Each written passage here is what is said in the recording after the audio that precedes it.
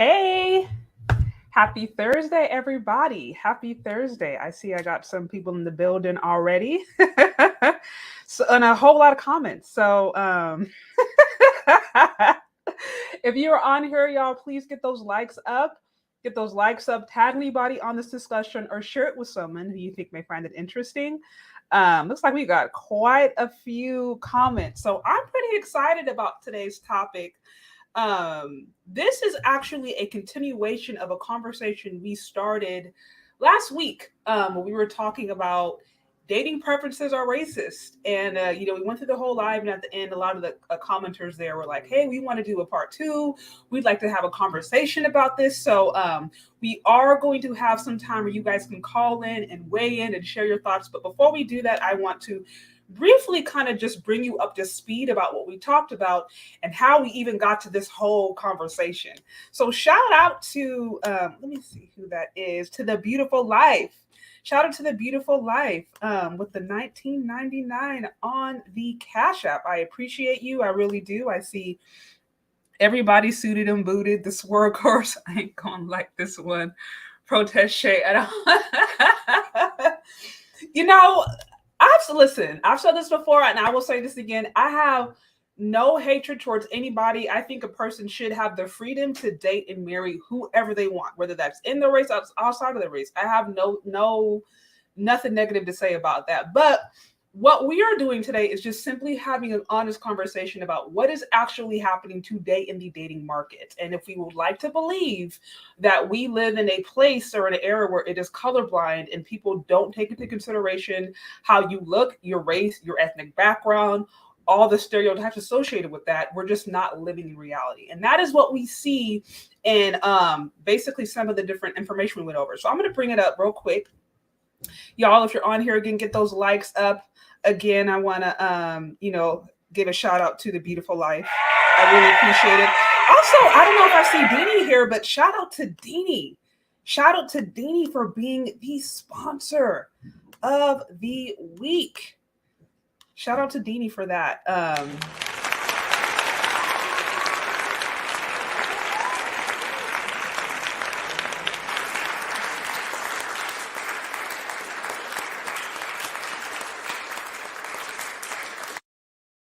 Again, I appreciate all of you guys. Like I said, I do my part to try to bring content to you that's entertaining, educational, inspirational, sometimes controversial, but at the end of the day, constructive. But this is a group effort. So like I said, I appreciate all of you guys who have been really supporting me in whatever way you can. Also, shout out to Hakeem. I see you come through with the 10 on the Cash App. And this is why, like I said, this is why Hakeem was the sponsor of the week last week, because man, I really appreciate the steady support. I don't know where Deanie is, but y'all let him know if y'all see him out on the internet, let him know he's sponsor of the week. So anyways, I want to get into it because we got a lot to cover off today. But what I'm going to do is briefly pull up the article we went over last week. I'm going to just try to briefly, just get to the key points so you guys can kind of understand what we were working with. And then we can go from there. So let me grab this.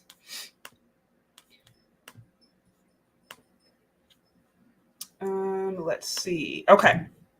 So the interesting thing about this one, what's up, JoJo? JoJo in the building. This is going to be interesting. JoJo, I got to hit you up. I heard back from brother, so I'm supposed to, I'll hit you up on email. But anyways, y'all, the interesting thing about this topic is that, again, people have the right to date and marry whoever they want to. You can have whatever desire. You can desire to marry a multi-billionaire. You can desire to marry or end up with America's top model. We can all have whatever desires we want. There's no smoke there. But at the end of the day, you have to be chosen. Like, a person has to want you back. And so what we're seeing based upon the information here is that you have, especially African-American community, black women, black men. In here, it talks about how essentially on the online dating market, which dating essentially is dead, however you want to look at it, like the old school traditional way of doing things, it happens here and there, but more and more people are going online as to connect, going online to really make those interactions. And so now that they're going online, they're finding that some of these preconceived notions, some of these ideas, stereotypes, whatever, they're facing people in the dating market online who still have those ideas and who are treating them that way. Because like, think about it, online dating, it's a first impression. It's like like how it is in real life, but even more so, because all they got is a few picture of you and they got whatever you put online. So here, the people we're just talking about is articles talking about the different challenges African Americans in general are having when they are trying to integrate into the dating market and open up their options to other ethnic groups. So like I said, this is what I want to touch upon real briefly. Okay, let me see again, guys. For those of you who are coming on, hit the like button. Likes are free. Also, Cash apps, super chats are open, so I will be sure to acknowledge all super chats. So I'm going to briefly go over this. It says dating while Black, online but invisible. So again, the interesting thing about this whole topic of sexual racism, basically what they're saying is sexual racism, right? Is it racist for a person to be like, listen, I don't want to mess, a white guy to be like, I don't want to mess with Black women, right? Or a Black man to be like, look, I'm only dealing with Black women. Or for a white, so it's like, is it racist if your sexual preference, if the person you want to be in a relationship with is in your ethnic group and you exclude other ethnicities? And so that essentially is what this whole topic is dealing with. And honestly, I didn't know this is a thing, y'all. I did not know this is a topic, but it's obviously important enough that it has gotten some attention from academia. This is from the University of California Press, which is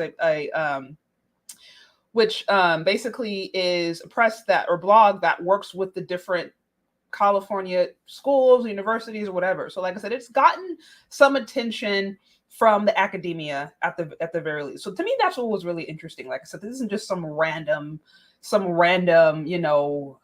a few counts that are just starting trolling or making up stuff. Like this has gotten attention from some pretty major sources. So that's why I wanted to go over it. So again, I just want to briefly read. Here it says, dating apps and websites have become the most popular way Americans meet new people, and the only way to do so during the pandemic, as you guys know. Yet for many Black Americans, these apps never fulfill their promises. Despite hours of scrolling, clicking, swiping, or answering personality questions, they often find that they are isolated on these apps as they were in a bar or at a party.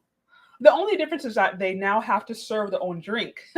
The green dot on the screen indicates that they are online, but their profiles appear invisible to everyone else. So again, it's saying, Black people in the dating market feeling invisible. Read into that however you want to read into that. Then if we scroll down briefly, here it says, let's see, it says, gendered racism is not news, yada, yada, yada. And then it says here, in this particular book they did, says they conducted 77 interviews and did a statistical analysis of how millions of daters interact or ignore one another to understand how race has profoundly shaped online interaction. What we find is that race overwhelms many other variables in determining whether two people will talk to each other, and Black men and women daters were particularly discriminated compared to other minority daters. So again, to me, is this surprising to me? Not really, but I continue. It says, Black Americans experience implicit and explicit discrimination on many social settings. It says this is not different in dating apps. So essentially, some of the things that you maybe have experienced or would expect in the real world is being translated into the dating market, online dating market. Not surprising to me whatsoever. Let me scroll down. Let's see. So in here, it talks about two Black women and their experiences in the dating market. Here it says for both Sandra and Monica, online dating does not provide an opportunity for them to be seen as who they are. Their experiences are shaped by a predictable set of racialized and gendered stereotypes that deprive them of individuality. They are seen as Black women foremost and often ignored by others. Our statistical analysis shows that white straight men are 4 times more likely to message a white woman than a Black woman. Again, I repeat, white straight men are 4 times more likely to message a white woman than a black woman, even when the two women share other similar characteristics. So basically they're saying, even if there's a match based upon characteristics, qualities, what they like, what they find interesting, and even if there's a match there, white men are still more likely to reach out and then to white women in comparison to black women. Now, it's interesting in this article, they only focus on black people in relation to white folks. They seems like they completely overlook all the other ethnic groups, which is not surprising. But either way, just keep that in mind. This is only focusing on black people's interaction with white people. It doesn't seem to be taken into consideration as much, at least from what I've seen, really other ethnic groups. And then it continues. Let's see.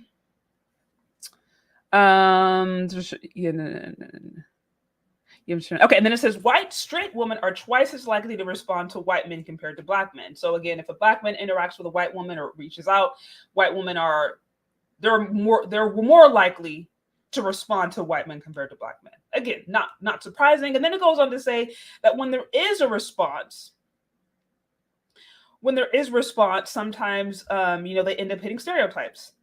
So it says, while in cases where white daters decide to message or respond to black daters, we also found that race continued to shape each step of the encounter.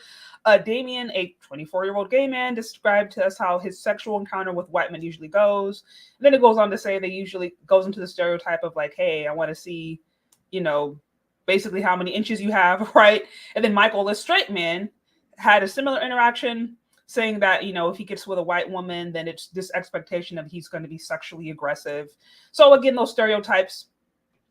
It says, many black women told us that the interest from white men is often sexual in nature. Alicia, a Jamaican American, told us. And then she goes on to explain basically how, there's been white men who come up to her just like, yeah, I like black women, or yeah, I want to have sex with you because I've never had sex with a black woman before. So showing interest in their sexual compatibility, showing interest in what they can do sexually, but not necessarily seeing them for who they are as a person. So again, this is the common complaint. Let me see if I can see anything else in here.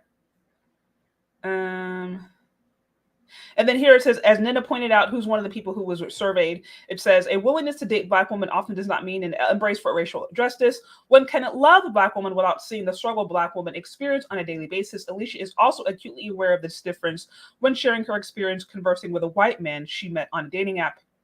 And so she goes on to explain how she met a white guy who supposedly liked black women, but still was very privileged or was just unaware of her experience and not really wanting to understand, yada, yada, yada. And then it wraps up down here and it says, in 2020, many major dating services spoke out against racism, making donations, allowing their users to add Black Lives Matter badges to their profiles, and some removing the ethnicity filters from the platform. Yet these companies never disclose whether these gestures in fact reduce the racism on their platforms, a place where black daters continue to be ignored, humiliated, objectified, etc.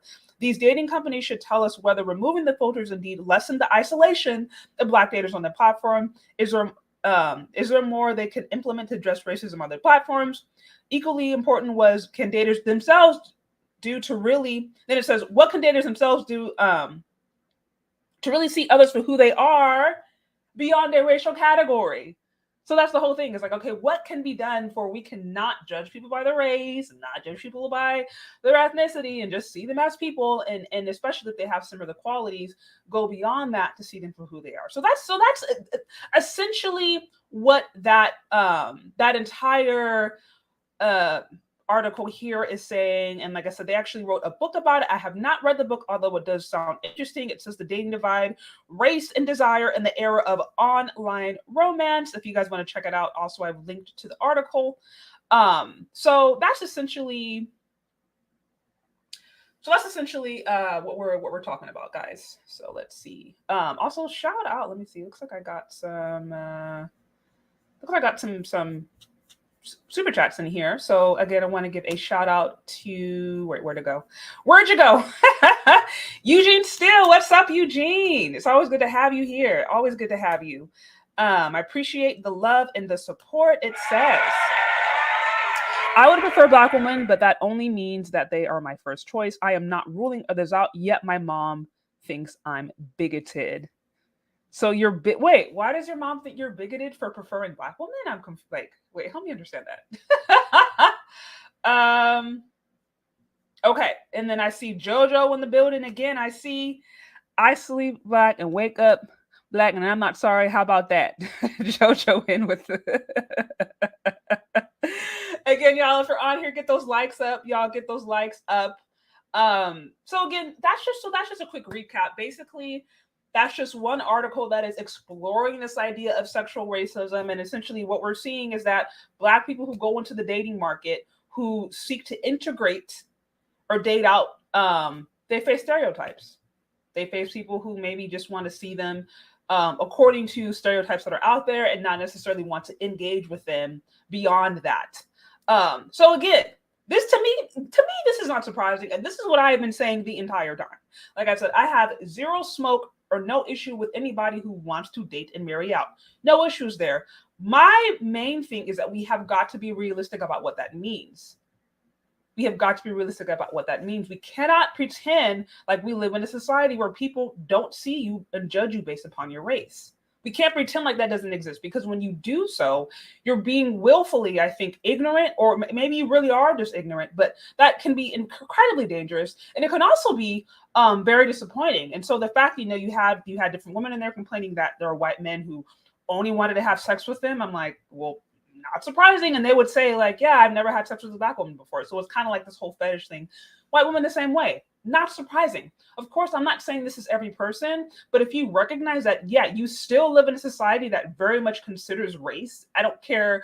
I'm in the Bay Area, right? Where everyone's supposed to be liberal and racism doesn't exist. I've always been around a very multicultural group, and yet I am still very aware that even in the Bay Area, everything is so liberal, racism is alive and well. It just navigates in a different way. It just looks differently. So that's what I'm saying. When you're navigating these spaces, if you decide to date and marry out, that's fine, but you should still be honest about what that means. And you can't be surprised if people still don't see you as their preference. Generally speaking, people date and marry in their own race. There's different reasons for that. And this has been reinforced. I just referenced one source, but there's plenty of other sources to kind of speak to this fact. So again, I'm never saying you can't date and marry out. Do what you want to do. Go where you're happy. But be realistic about what that means. And if you do encounter stereotypes or racism, and if you are belittled, and if you're not seen for just who you are, apart from your whatever that means, then you can't be surprised. This is a society that we live in. So that was kind of my point. Also, shout out to Marco Polo with the $4.99 on the super chat. I appreciate it. I really do. Also, shout out to Paper Gents with the 5 on the super chat. So, that was really my point. And, this is actually another thing. This is kind of another thing that I want to touch upon. This, because I think sometimes people get confused. Sometimes when there's this whole idea of somebody being bigoted or having maybe subconscious, whether it's discrimination, racism, whatever it may be, sometimes we have these very clear, defined ideas of what that looks like. Like you may think of, somebody in like a white hood, and like a burning cross, if we think of like a white supremacist, or you may think of, somebody yelling, or like we have these aggressive ideas of what it means for a person to have discriminatory mindsets, to maybe have racist ideologies, to believe in stereotypes. And very rarely do people actually fall in those extremes. Oftentimes there's nuance to it. There can be times where somebody is loving, but they have preconceived notions about somebody, or they judge somebody based upon racial stereotypes. And so that is what we are seeing in this article. And I want to bring up something that I saw on BGS Ibmore page, because I thought it kind of speaks to this idea that just because somebody's willing to sleep with you, just because somebody's willing to have sex with you, does not necessarily mean that they see you as equal, or doesn't necessarily mean that they don't have their own racist ideology. Again, if that was not the point, if that wasn't the case, then how do we justify all of the different interracial mixing that we saw even throughout chattel slavery? It wasn't like people were just sticking to themselves. That's what's happened. There was interracial mixing all the time. Slave masters were going with women, and sometimes even men. They're forcing themselves on men. It's just because somebody will have sex with you, or maybe even take you out, does not mean that they don't have problematic ideas. And I think sometimes people get into that and just think, oh, well, Like I said, oh, I grew up in the Bay, so there's no racism on here. Like, that don't mean nothing. Like I said, it just looks differently. Or, oh, well, he was willing to take me on a date, so that means he doesn't have these troubling ideas about who I am, or who he doesn't, it's like, no. Sometimes these things are a little bit more nuanced. Sometimes they're hidden, and it takes a little bit of time to explore it. And so I'm going to bring up this thing that I saw on BGS's Ibmore's page, because I thought it was really interesting, and I think it kind of speaks perfectly to this idea. Let me kind of pull it up.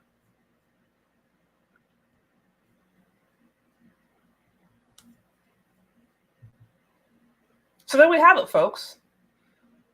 There we have it, folks. Here's a situation.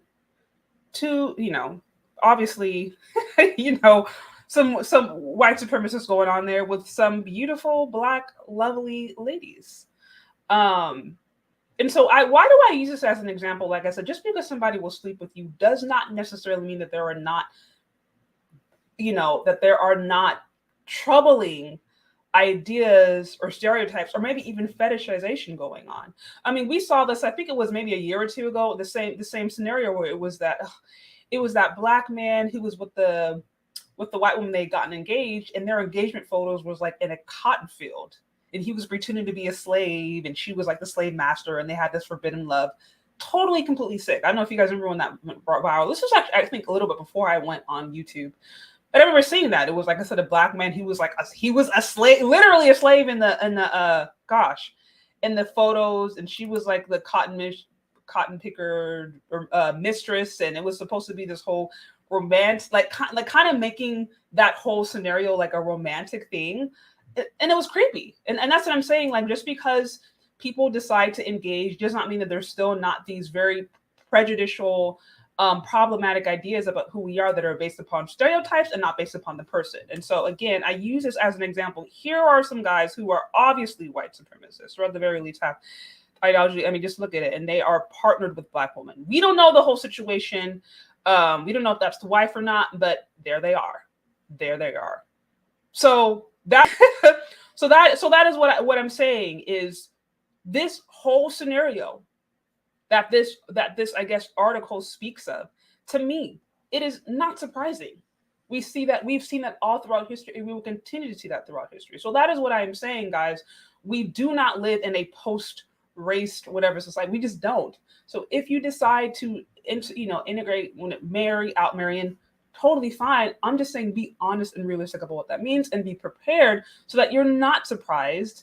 So you're not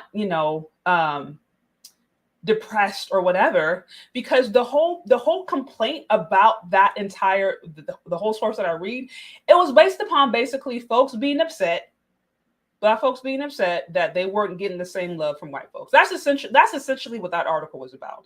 Now we can talk about, when I open up the call lines, whether or not this complaint is primarily coming from Black women or Black men. In that article, they referenced both. But either way, that was the complaint. It was because they were not being treated as equally outside of the stereotypes. Not surprising to me. So again, if you guys are on here, get those likes up, tag anybody on this discussion, share it with someone who you think may find it interesting. Again, we are talking a little bit about just this whole idea of sexual racism. Is a person racist for preferring their ethnic group? There was one source that I read. I think it was it OkCupid? It may have been OkCupid. I've never been on there, but it was one source that was talking about how, people would go on and see profiles that would literally say whites only, or would say no Asians, no Black people. And it was people putting out what they wanted romantically. So it's like, if a person already knows, I don't want to mess with a Black woman, I don't want to mess with a Black man, I don't want to mess with that ethnic group. Like, if they know that and they put that on their profile, are they really being racist, or are they just being honest and being like, no, I'm going on this app to find what I like. You could try to serve me every variation of what I don't like. It doesn't change anything. If you don't like it, you don't like it. It doesn't matter what pretty package. And that's essentially what that article was suggesting. Like, hey, if you remove filters, let's say a guy says, oh, I only want to see white women. That's my preference is white woman, maybe Asian woman. If you now serve him up Latinas and maybe Indian woman and, Black woman, is he gonna like change his preference? Or is it just now going to be more annoying and now he has to work harder to get to the woman he's really interested in? And so that's essentially what that article was talking about. So anyways, it was interesting. And like I said, I kind of wanted to bring you guys up to speed to what we talked about last time, and give you guys a chance to weigh in. So let me see. Yes, if you were not racist for living in your own people. And I saw a few people, I posted this on the community tab, and I saw a few people really, share their perspective on it and being like, nah, I primarily want to be with my people. And that's the thing about it too. Again, this is a complaint primarily for people who want to date and marry out. Obviously, if you're on a dating app and if you're a Black person on a dating app and you're primarily interested in Black folks, you're not going to be complaining about this. You're not going to be complaining about like, oh, wow, like it's not going to be an issue because you're dating and mating among your people. So you're not going to have to necessarily worry about some of those stereotypes. Now there may be other issues that you got to worry about, but it won't necessarily be, oh, well, I wasn't seen, or I wasn't this, unless your profile looks skanky. Now, if your profile looks dusty and skanky, then yeah, you're going to have issues. It don't matter if you are dating within your ethnic group or not. You're going to have a messed up profile. Okay, so like I said, that was pretty much it. I want to open up the call lines for some time for a few of you guys to, just weigh in and let me know what you think on this entire perspective. Again, super chats are open. So please support your favorite content creators if you like what I'm doing, if you like this channel. Show some love, show some support, hit the Cash App button, super chats also. I also want to send a special shout out to DJ Obsession, who just sent through a 20 on the Cash App. I certainly appreciate you. Also, there's a few others that sent in early this week. I see Darren, who sent in a 10 on the Cash App. I appreciate you. Also, I see a Darren who sent on a 10 on the Cash App on Friday. And then also Amara Bay, who sent in a 20 on the Cash App on Friday. So again, like I said, I appreciate all of you guys. I do my best to try to bring y'all good content, and this is a group effort. We work together. If you like this kind of stuff, if you like what we're doing, like what we're about, show some support, show some love, like, share, comment, contribute, all of the above. So again, if y'all have anything to say in this comment, feel free to call in. This is really what we're talking about. Is it racist for somebody to prefer to date and marry their own ethnic group? Is that a racist stereotypical thing, or is that just natural, okay, and we don't need to try to force people to see it any other way? So feel free to call in. Like I said, I'd love to hear your guys' perspective on this. Let me see. Man, I had a few other. What was another thing? There's one other thing I wanted to run by, and I'm drawing a blank on this. Oh, this is what it was. I talked about this yesterday, and I want to reiterate, especially you lovely ladies. This is why what I said yesterday on my live, if you missed it, revisit it. We're talking about 304s ain't loyal. If you missed that live, revisit it. And this is again why, as I mentioned before, I'll say again, it is incredibly important, ladies in particular, that we be mindful of our online profiles, of how we act online, of how we act in this digital space, because people are looking. And unfortunately, whether you like it or not, whether you agree with it or not, we do not have a good reputation as Black women. We do not. So as I mentioned before, misandry, supporting platforms that are openly misandrous, openly bashing Black men, and taking all of your problems regarding men, period, and putting them online is a bad look. It is a bad look. Let's just say, you meet somebody online, you guys hit it off, you like each other. The first thing that person's probably going to do is they may do a little Google search. They may check out your social media platforms. You, a woman, if you've been online, you've been online dating, you've done it. Best believe you've done it and tried to find that guy's his Facebook, his Twitter, his Instagram. Like, we all do it. So you're meeting somebody online, you figure out the information. That's going to be one of the first things you're going to do is check out their online profile.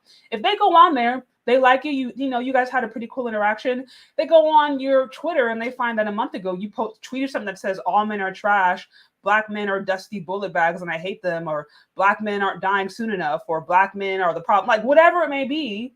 Or men are, you know, men can't get it together, or men can't, just whatever fill in the blank with Sandra's messages, that person now is not going to look at you as like, oh wow, that this is a prize.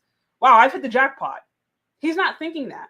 If he sees that you're openly complaining about the men in your life and you're now putting it all out there on blast on social media like that, that is a bad look. He may still take you out. You guys may go have maybe a date. He may be, you know, try to just have some fun with you. But as far as that being a really serious option, he's not seeing you like that anymore, because that is a bad look. That is bad behavior. So that's what I'm saying. Even when you're navigating online, there's a way that you as a woman can express concerns, complaints, issues you've had with men that is constructive versus being just unconstructive or just feeding into a bad narrative. And like I said, if you go online and put your business out there on blast like that about all your negative experiences with other men, he's looking at you like that woman has garbage, or that woman has baggage, she got issues, okay? And this is not a long-term situation. That's 9 times out of 10, that's what they're thinking. That's what I'm saying, ladies. If you do have these issues, if you do have, you know, really bad, you've had bad experiences, you have these beliefs about men, you think they're negative, you think you're this and that, work that out in a constructive manner. I mentioned there's different ways to do it. Maybe get you a support group, get some biblical counseling, get some relationship counseling, get with some women who have proven results in their life. I'm not talking about somebody that has a couple 100,000 followers on social media and you don't know if they're married or not. Get you with a woman, an older woman primarily, who's been married for some time, has some kids, or has a proven track record of success. Work with her, hang out with her, just get around her. You want to get around women who have what you want. So get around that. Just change your environment. If you can't find anybody in your life that has that, you need to expand your circle. So like I said, start there. Get some therapy, right? Get some, like I said, some spiritual counseling, maybe some biblical counseling, whatever, to really redefine what does it mean to be a good woman? What does it mean to actually be, to seek out healthy men? Like, because at that point, you need to now address your trauma, address your issues, address your emotional hangups, address the trauma responses, and deal with all those things so you don't bring it into a different relationship. Be practical about it. Like I said, if you're doing this in constructive manners, whether it's a therapist, or whether it's a pastor or a spiritual leader, or some trusted a mentor or something like that, that's different than you going online and now just putting all your business out there on blast for anybody who would see you as a potential to now turn the other way. So that's what I'm saying. You got to be constructive about how you deal with these issues that you've had with men in the past. I'm not saying you can't talk about it, but I'm saying I would be very leery of putting it all out there on social media, because now you are sabotaging any potential future healthy mates you could have, because they're just now you're putting your baggage out there versus working on your baggage or working on your issues in a constructive manner. And best believe, if you do have those negative experiences, if you do have those negative beliefs about men, period, you need to work that out. If you already assume as a woman that, oh, if I get with this kind of man, if I get with a Black man, I'm a Black woman, if I go with a Black man, it's going to be struggle love. You need to unpack that. You don't sit on that. You don't try to divest or go over here, go over there, because you're going to bring that drama with you. So that's what I was saying too. These women in there are complaining about having bad stereotypes and, being classified a certain way. We as women do not help ourselves. We do not help ourselves when we feed into that by supporting male bashing channels and by going and talking about men are trash. And then going, liking and retweeting and quote tweeting and sharing and laughing and crying. And we may get our own emotional support and our own emotional fill, but that is sabotaging any success we would have in a relationship. I'm telling you. So again, I wanted to reiterate that, because that's what I talked about yesterday. And of course you had some, oh, you wouldn't hold these men accountable, yada, yada, yada, yada, yada. This is a femininity channel. I'm not a man. So it is not my place to sit here and teach men how to be men. I've brought men on to do that. I will continue to do that. And of course, I will address things I think as it pertains to the Black community, things in general. But my focus right now is, okay, what am I doing personally to do better? What can women do personally to try to do better and take accountability? Because if I'm in the wrong, I shouldn't even have the capacity to sit there and point the finger at you if I got all this other stuff in my life that I have not taken care of. So, yes. Again, guys, if you're on here, please get those likes up. Y'all get those likes up. Also, shout out to Deanie. It's Deanie. Shout out to Deanie. The sponsor of the week is in the building. Like I said, Deanie, I don't know if you saw, but you are the sponsor of the week. Again, I appreciate you've been rocking with me for a very long time now, showing some love and support, whether it's the channel membership, commenting, all that. So thank you, thank you, thank you.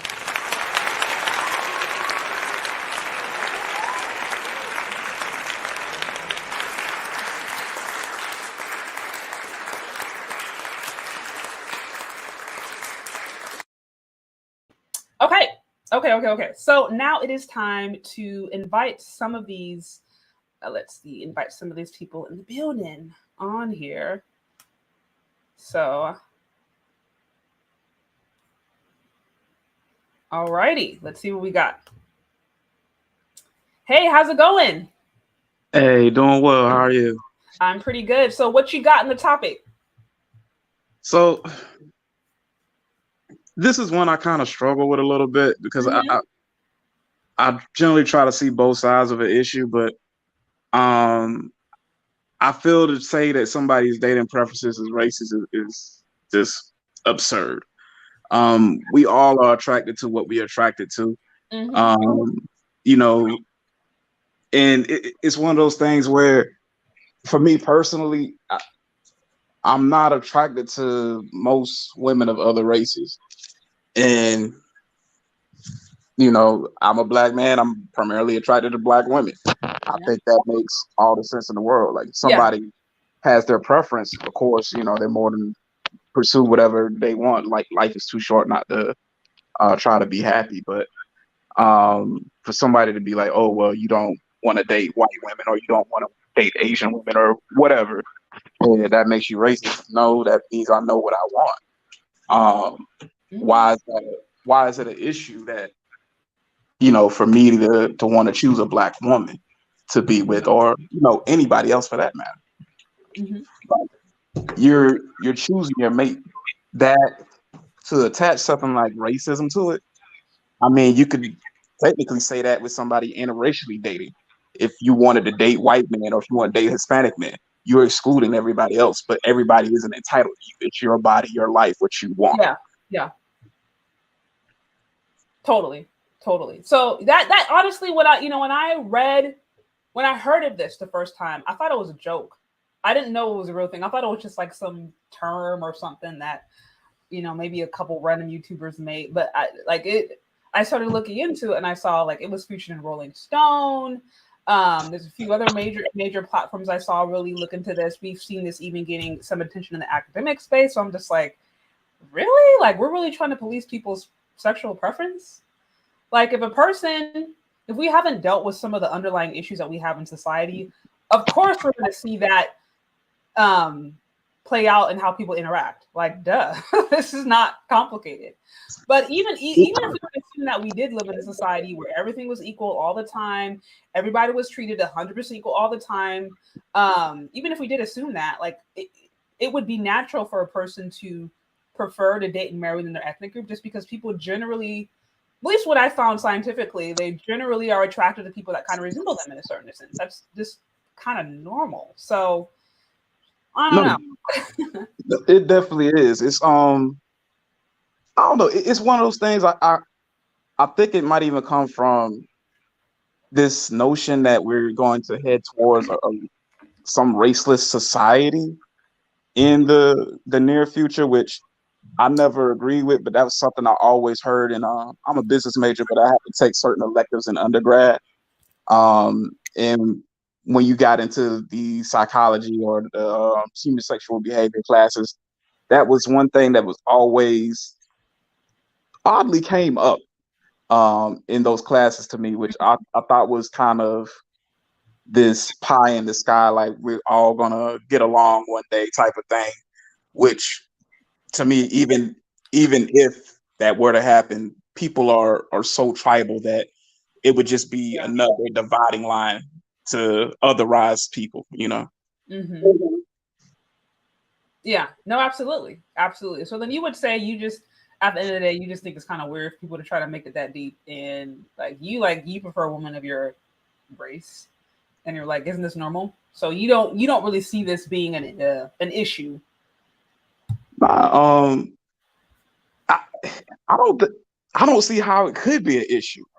Like for a black man or a black woman to desire their opposite, like that, it makes sense. Like that's like saying, you know, like an elephant want to get with an elephant, like it don't want to get with a chihuahua. Right.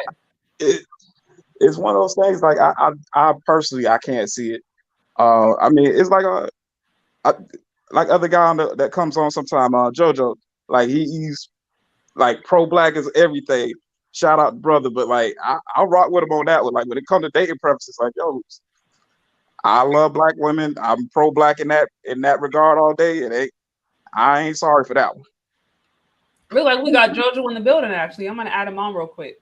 Oh, okay. JoJo, what's up? What's going on? What you got to say? You got something to say? What's going on? How y'all doing? Hey Shay, how you doing? What's up? What's your name, brother? It's Better You Life Coach. You can just call me Dre. Dre. Okay. Yeah, because we was on the last time chopping it up. Okay, no doubt. Yeah. So I want to just say, Shay, just keep doing what you're doing, and it's a major thing. Because at the end of the day, you're touching some women.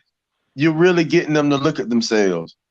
And I wish we could do this for some of the brothers that are lost like that, because some of them have went over the deep end as far as their delusions. Because what happens is you get a person that has been hurt and they project their pain upon everybody. Yeah. Right. And now it's like you got this person in pain and everything, any narrative that they hear that is in alignment with the pain they feel, they support that and they spew that. They repeat that same rhetoric. You know, yeah. Me personally, and you know how I stand on this, right? And bro, I already know where I'm finna come from with it. Go ahead, man. One thing about this right here, when it comes to there's a way that I've been brought up, and there's a understanding that I can see. I understand the system of white supremacy, period. I understand how this system is positioned and how it correlates and how we respond to it. A lot of times when we're trying to be in these so-called interracial relationships, we have to deny our own community or any type of relation to it to be in those relationships. I've seen it. It's done time and time again. It's like when those people get into those relationships, they have to act oblivious to the real black cause. You know, you can't be because there's no such thing as being pro-black into an interracial relationship. It just don't work like that. You know what I'm saying? So to the sisters that call themselves pro-black woman and stuff like that, well, you know, at the end of the day, keep listening to Shay, keep coming over here and listen to her, and she gonna awaken you to start loving your community again. Because that's what we really need to do. You need to love your community. Love your people. Love who you came from. You came through the seed of a black man, through the womb of a black woman. So we can't forget that. We can't forget that, man. So black love first, man. I have to put the people that look like me first. Be one all day, man. You know, because we in this together. I can't deny what I see. I can't deny the reality we living in. You know, so I ain't gonna hold the flow hostage. Anybody wanna address me or have any rebuttal to what I'm about to say? I mean, what I've said before I jump off. You know, here's your opportunity. No, Looks actually, like I have Okay, let's see. Looks like I have a few more in the building. Let's see. How's it going? Can you? Am I coming in clear? I can hear you. All right, cool. Yeah. I don't have like a ton to add. I find it interesting that it's entering academia, that this topic is bringing attention for people to go study, and it's just an extra, an additional case that shows that black women are very well represented in academia. I think Terrain, when you were interviewing him, kind of expressed that sentiment. But I'm at peace with a lot of that stuff. Like I always say, divest. You have my blessing, but on your way out, don't be misandry. Don't do all this misandry stuff, because you're just basically doing scorched earth. It's like, if I can't have a black man, nobody will. Yeah. That's basically kind of my take on most of this stuff.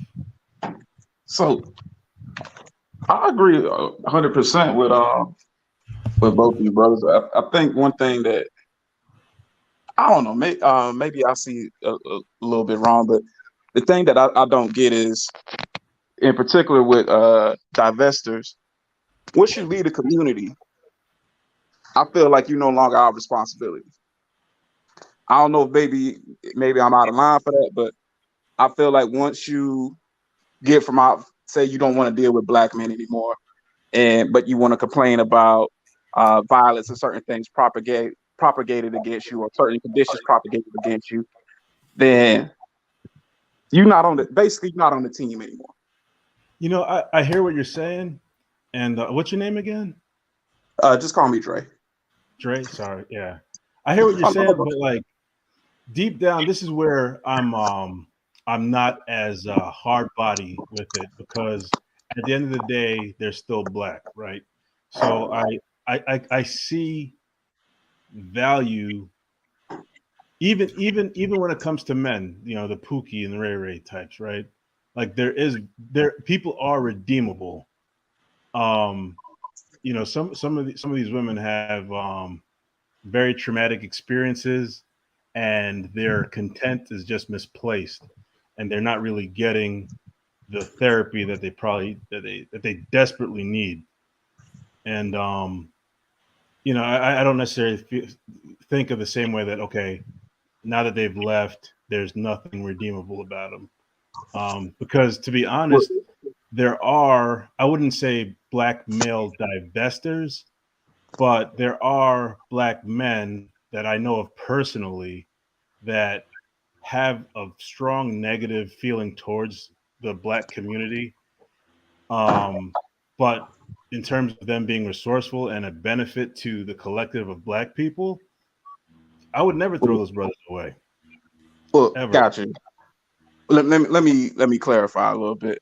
So I wish I could remember the young lady, but basically there was a young lady killed about a month or two ago. I believe it's like towards the end of January, end of February. She was about 25 years Lawrence old. Smith Fields? Oh, say again? Lawrence Smith Fields? Yes, that's her. That was one of them, yeah. There's been a few. Bridgeport, Connecticut. I believe that's it. And I remember just kind of reading the stories at first, and kind of even the media vibe. It was like, well, why aren't black men coming out and speaking out against her killing? And then it came out, oh, she was a divester and all these posts and everything. And I'm not saying throw people away in the sense of like I want nothing to do with you. I'm just saying, like, in much the same way that once I left my father's house, I no longer had his resources. I no longer had his covering. I had to make my own way, and I had to become a man of my own too. And I feel like it's a similar thing from a societal sense. Like, as a black man, I feel for what happened. I really do. And I'm not advocating for violence or anything like that against anybody, but it's like, in essence, you left the family. That's just how I feel.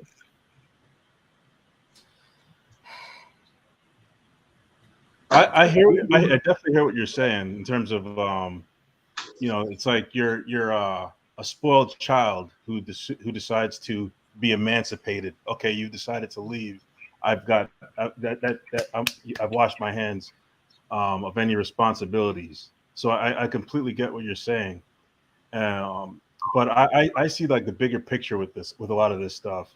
And as I always say, divest. You have my blessing. I know there's some of you ladies ninja watching in the clouds, hate watching. Ninja watching. Deep down, they know that they're that a lot of the stuff that they're saying is fucked up. Like deep down, they know. But they're not. But they're choosing to use. They're choosing to use divested zealot or Cynthia G as their as their therapist. No, you gotta stop consuming that content because it's only going to lead you down a dark road. Right. Like those women aren't living their best lives. Absolutely. Let me add. Looks like I got a few more in the chat in the call line I want to add on. Let's see. Let's see. Okay. You got Kevin C. How's it going? You there, Kevin C? Yeah. Hey, how you doing? I had to unmute myself. You guys doing okay over there? Hey, brother. Good, doing good. And then I got, is that Mr. Research? I think I got in the building too. Okay. Yeah.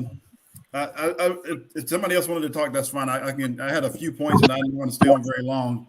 Unfortunately, I didn't catch the first part of it, only because my son and I, we were out, working out, doing some boxing and stuff like that. But I actually did have this set up so that way I could get the reminder, and as soon as I came in, I got on. But, awesome. But yeah, hey, I don't have a problem with, and I think I put it in the chat, but I don't have a problem with people popping in and out as long as they don't have a proven and public history of denigrating Black people. Like that's, like that whole Stacey Dash thing. Like she can't really come back because of what she's said and done, and Black people aren't really accepting her back. It just is what it is.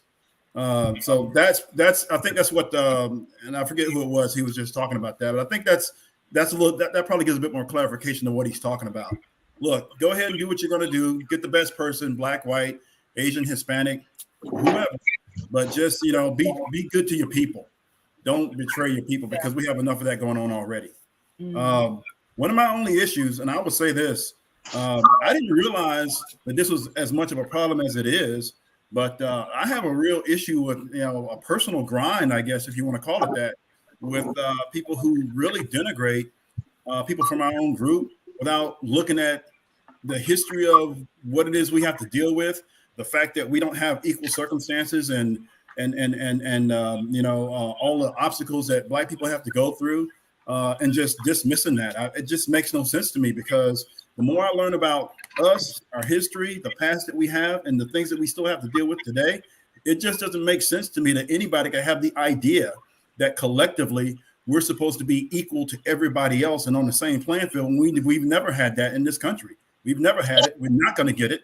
And even though we do everything we can to navigate this system that's unfair and unequal, people are looking at it like, well, you guys just aren't good enough. And I'm like, well, yeah, there's going to be issues and problems, but the people who do well or actually somehow overcome it, they still are somehow counted against the guys who aren't even trying. Like, that doesn't make sense to me. And I don't mind if other groups do it because I expect that from them. But you know who I don't expect it from? I don't expect it from the people within the group. That tells me that you're not really looking at your own group, the things you have to deal with, the struggles and the problems that we have to face within this system that's completely unfair. It doesn't make sense to me. So I also find I find it kind of interesting too that it's getting into academia, like their lack of being selected, right, on these internet dating sites is now something that needs to be researched because it's racist. I guess crazy to me. Like I think like as Black men, I haven't seen a large outcry for Black men who say, "Oh, why is it that white women won't date? Won't date us or something like that." Like if someone has a preference, so be it. It doesn't mean that they're racist. So that they're making all of this political and academic headway, it's like crazy. It's like bizarre. I like that it's actually going to academic in the academic world because again, I'm a mid-level nerd. So that being said, I like to look at everything across the board: history, sociology, psychology, all these other topics.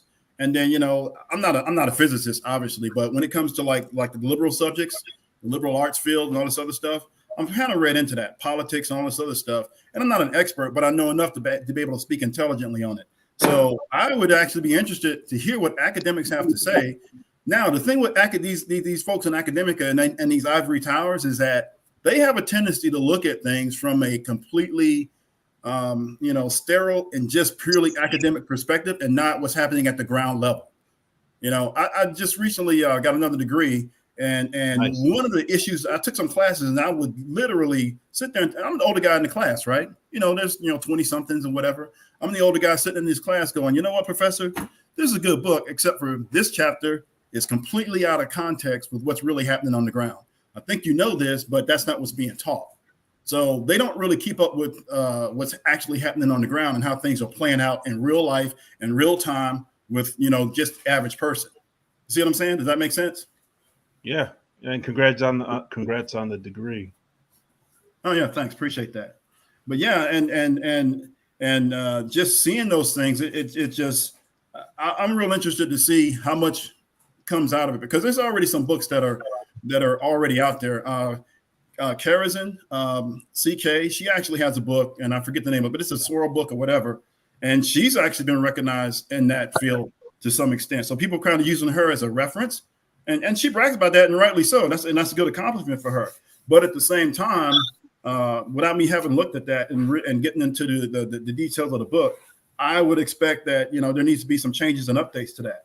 And like I said, as far as folks going out and coming back, I don't have any issue with it. But I will say this: this is where it's going to be problematic for women. I'm going to tell you where it's going to be problematic.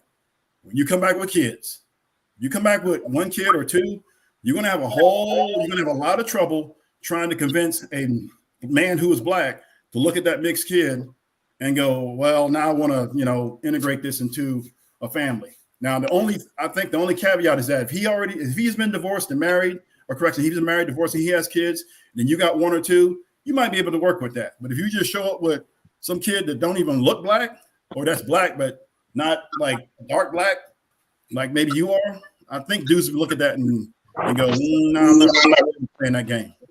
I think that's where they're going to have trouble. So, and that's not hating anybody. It's a purely, it's just the optics on it doesn't look right for a lot of dudes. And that's a personal thing. Some guys would go past it. Other guys would be like, no, I'm not interested. Yeah, that's what the market wants. Yeah, I think when it comes to right, let somebody else speak.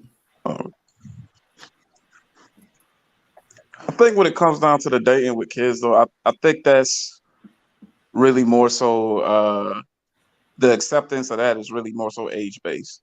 I mean, if you're a younger guy, if you're like your mid-20s, taking on a woman with kids, I feel like it's a lot bigger ass than a guy who in his mid-30s. A biracial kid, though, that is something I've never thought about. That's kind of interesting. That's you just gave some food for thought on that one. Yeah, I only say that because white men won't do it.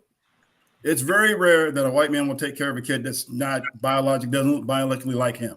They don't do it. Do they do it periodically and rarely? Yeah, absolutely. But that's not the norm. And that's not hating on anybody. It's just that's what it is. That's just one thing we have to consider. Right. And that's what I found interesting about this whole idea. To your point earlier about the fact that this made it in academia, or at least is at the very least getting their attention, this makes me question whether or not this is a bigger complaint or a bigger topic of conversation among men versus women, because we already know women are overwhelmingly represented in academia. And I will just say, now this, I don't say I have scientific evidence around this, but if you just think about generally what women are talking about online versus men, and what we see oftentimes is women complaining about whether it's preferences, men's preferences, what they choose, what they don't choose. That is a very common complaint among women.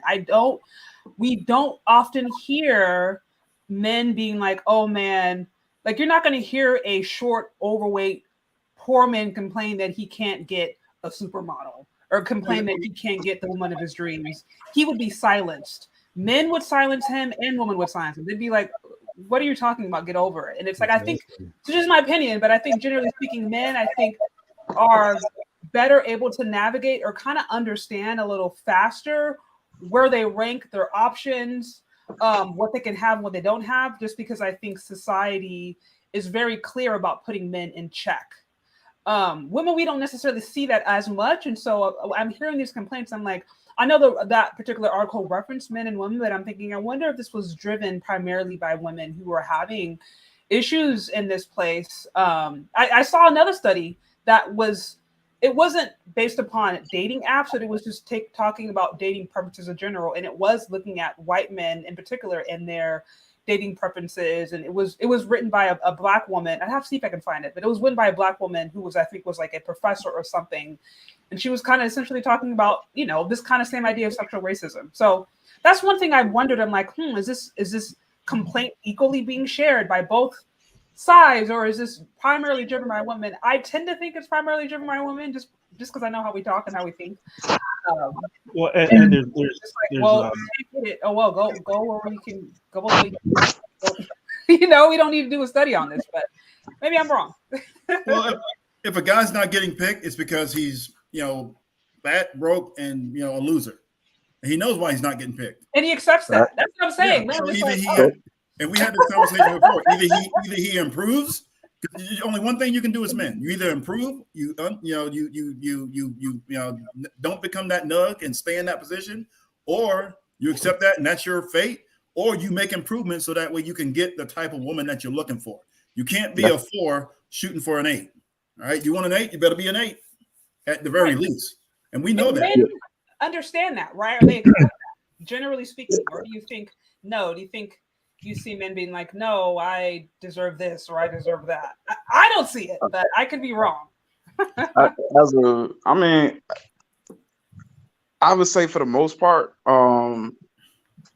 men are taught to be successful and to level up. If you are getting certain results, it's emblematic that you need to go back metaphorically to the gym and improve yourself. Okay. My father always taught me and my brothers that, people are attracted to success. Women want to be with a successful man.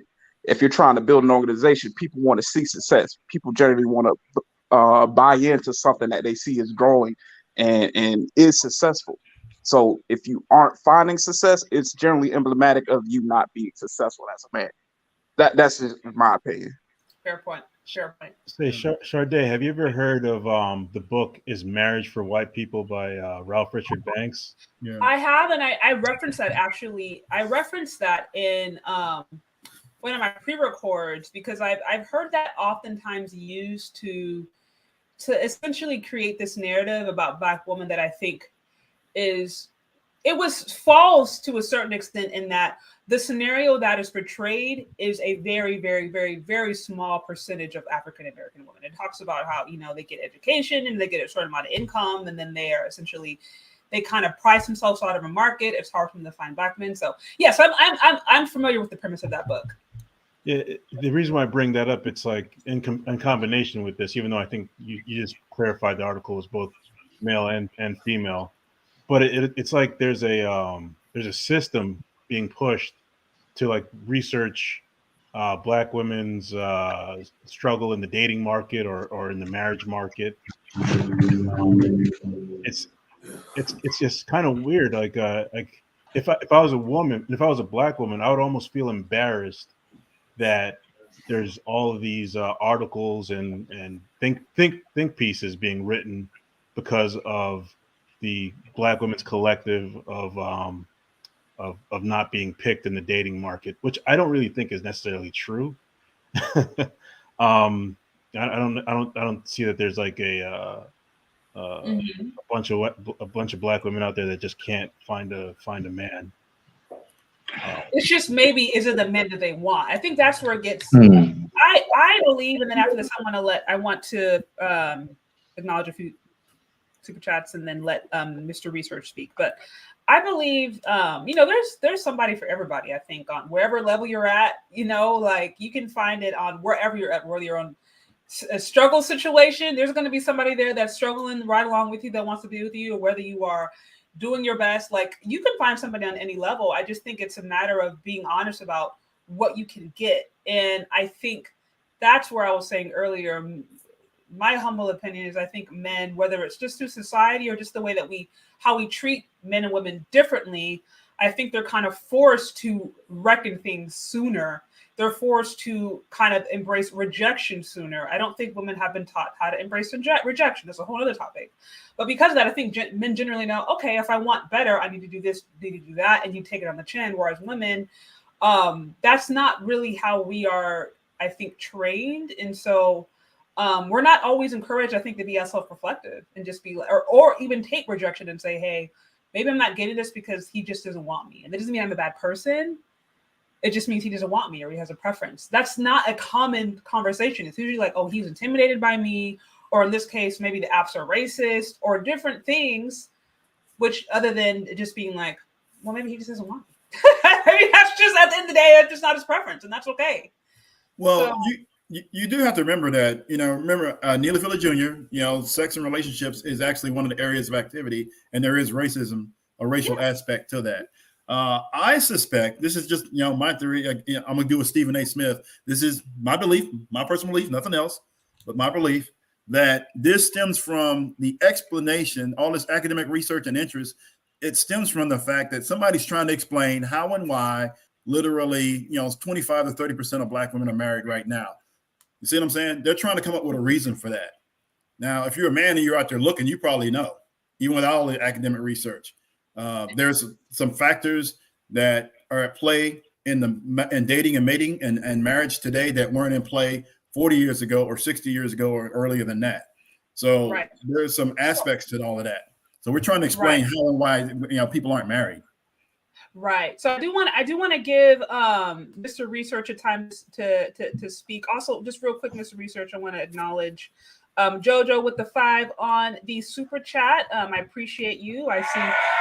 Okay, some of these sisters think laying up with a white man will erase racism. They just give it the fight and pick up the white. Yeah, no, it absolutely does not. As I mentioned before, just because a person will sleep with you does not necessarily mean that they believe in your quality. So just to be clear about that. Also, if you're on here, guys, get those likes up, tag anybody, share this with someone that you think may find it interesting.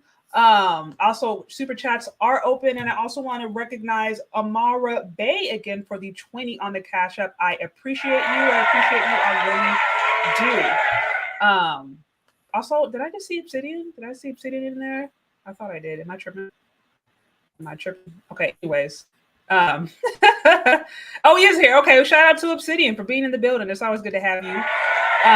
So now I know you have been patiently waiting, Mr. Research. I do appreciate you. What you got on the topic? Something totally different. I'm gonna, address it to the chat room and address it to the replay people. Look, here's the thing. Just like Sheree talks with the women, we got to have this conversation on the man side, and I'm going to take that role. First, here's where I agree. When you have a lot of these ladies who are inconsistent before the internet, we used to just walk away from them. We used to give them the wall of silence. But on the day that the emotional Black man felt that he needed to have such a voice where he'd start going back and forth, now the problems started to come in. When we had Black men calling women apes and monkeys, way before they was doing it, here on the YouTube platform, 2006, 2007, that was a problem. It's not about who you're dating. Sometimes, I just sat here 20 minutes, listened to different things that different people were saying. And 40% I agree with it. 40%. But the real thing is simply this. As Black males, we don't know how to have a well-read conversation. Majority of us. We have an emotional, I feel, my opinion. Look up opinion. It means emotion without fact. We supposed to be calculated over 25, over 28-year-olds. But instead, we want to poke the bear at these chicks. The chicks are not relevant. Let Sheree handle it. Let Sheree handle it or walk away from these chicks. But when we engage with these chicks, and then we say what I heard earlier, date who you want. It was never about date who you want. Sidney Poitier existed in the Black community and nobody teased him for it. Eartha Kitt, Dorothy Dandridge, they all had white people. Nobody tripped. No, they barely brought it up. But in the internet age, as men, we bring it up all the time because we want to poke at these chicks and make fun of them. That's the real thing that Sheree can't say that I'm going to say. That's what we do. And for the brother who was talking about academia, see, once again, I don't believe many of us Black men are well read. We are not well seasoned on research when we say things. We just say, oh, that ain't true. Oh, that's crazy. That's weird. Mr. Banks, who wrote the book, Is Marriage for White People, went in that book disrespecting Black men on darn near every second and fourth page. He brought it to academia. Mm-hmm. All the women start quoting that book when he, a Stanford teacher, but guess what? When we, back in old YouTube, when I had 42,000 subscribers, when we tried to get that idiot to do an interview, he ran from Black media. He ran from Black media. He has never to this day, coward as that is, stepped forward to any Black male media interview. He stayed in white and women's spaces because he knew what he was doing when he made a anti-Black male a book. Oh, they're not smart enough. They're not in positions of power. Yeah, some of that is true. I say it. Some of it's true, but you don't make a book about that and then go on a New York Times denigrating other Black male, and you got Black sons. So for people to say, I don't know how I got in academia, you're late to the party. You're not as well read on these topics as maybe you should be, because if you knew, you would knew that Mr. Banks originated that. Go back to the Swirl book. The Swirl book is an anti-Black male book. A lot of people don't know she was on MTV with a Swirl show before she even wrote the book, trying to push the whole anti-Black male narrative. We ignored her and she tried to get more. We ignored her and she tried to get more. She didn't get no fame until Phil the Advised Show put her on his platform, 2007. Just like Cynthia G didn't get no notice until Boyce and Phil put them on the show, and O'Shea protected her, Cynthia G, for 2-3 years, putting her on the Rumble. The Black man don't want to be accountable for that because it's too easy poking at these chicks. And I'm gonna also say this in real time, like somebody said, in real time, because I've been waiting for a minute. Right notes. In real time, we're not here putting other brothers in power to wash out some of these things we don't like. If you don't like the child support issues, why don't you kill the Ronald Reagan laws? If you don't like all this stuff that's going on, why didn't you back what Cory Booker did? Why didn't you back Obama when he wanted to wipe out all the child support and Paul Ryan stopped them? We don't know because we are not in the details the way we should be. We are only from the, well, I feel, well, that's weird. Well, that all I'm suggesting, brothers, is poking at these chicks has a place. Yes, it does. Sheree, elegant as she is, well-spoken, probably goes to Toastmasters. It's better for her to handle that type of stuff. I'm down with the Mimis. Mimi, the male-identified women. I'm down with the Mimis. Cute Mimis, positive pick-me's. I love them. I will run across the street and knock you the hell out if you messing with one of my delicate pick-me's, because they love Black women. They love Black women. And I'm going to end. Brothers, we haven't got nowhere with the manosphere teasing chicks. We've just created more enemies. we've created more women. So now you finally got the rise of Sheree and women like Sheree. We should be bonding behind that for as long as it rises, because intellectually, we got to think about our sons and nephews. These dudes are still out here committing crimes when weed is legal, because they can't rely on us to bring them into our positions and our jobs the way Jews can. So yes, there is a place for these women who are out of pocket. There is totally a place to discuss that. But we should never get to a point where we create new enemies for the other side. White men prefer Asians because they travel overseas to get a 13-year-old Asian like it's water. White men prefer Latinas because Latinas is the most baby mama on this entire planet. Nobody is more baby mama than the Latina. And white men prefer Becky. And these divestors should be ignored or let Sheree handle it, because they can't get 4% marriage certificates from these white husbands. These dudes are taking them to ghetto gaggers heaven and dropping them back off in the black community.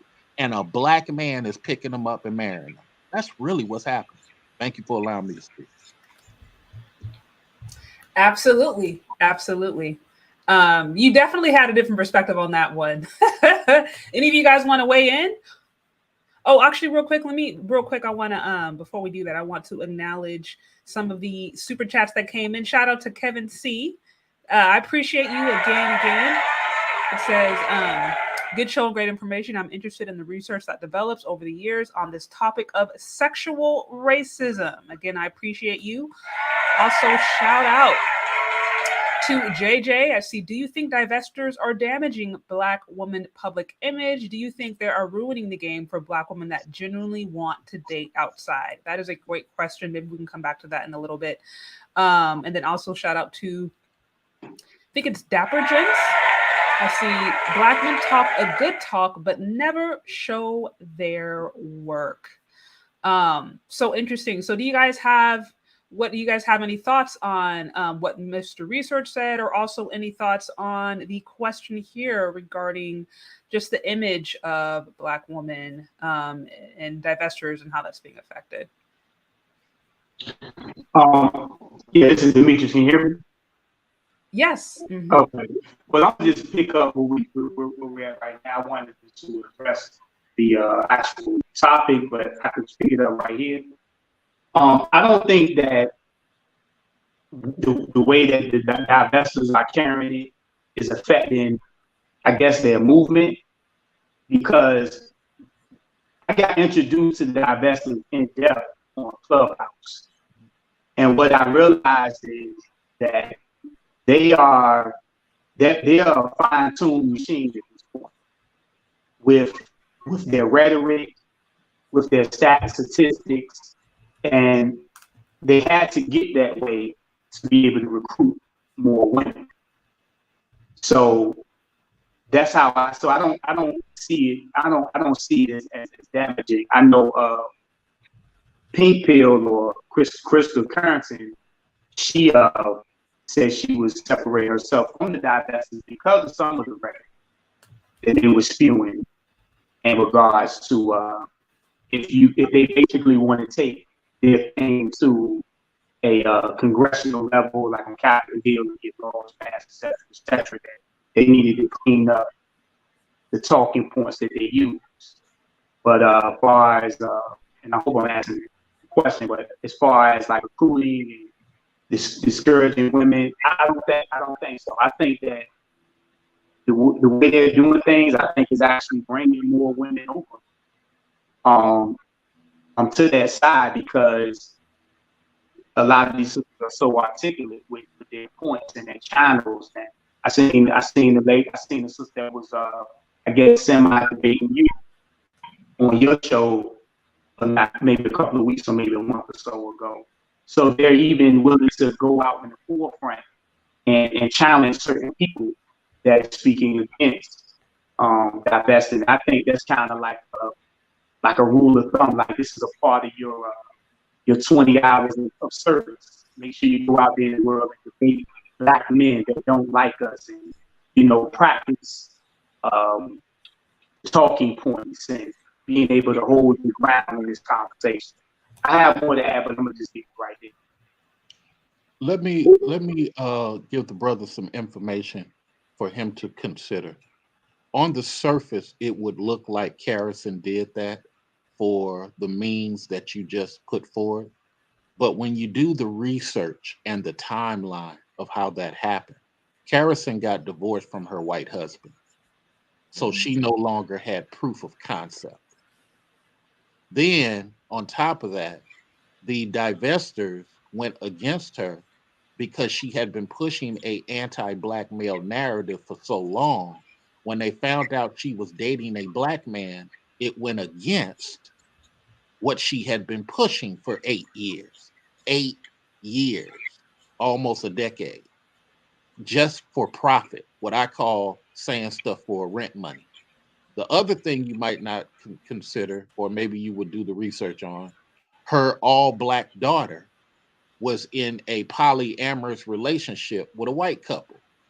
And the Divesters didn't understand how you can preach one thing and then allow your child to be the sex slave of a white couple. See, I think, respectful to what you just said, especially being new to a lot of these things, and this is no shot at you, this is just the concept of what you just said. Black men have to do the detailed research on these topics so we don't take the women's version of what the logic is. I remember when Pick Me and Mammy first came around. It was out of the swirl community that it originated. Then when women start realizing that they were being disrespected by other women, not the evil Black man, then the narrative changed to, well, a pick me is someone that does things for a man for anything. See, it's always weaponized. And then Black men, because we are not as well researched on these things as we should be, we listen to these remixed versions.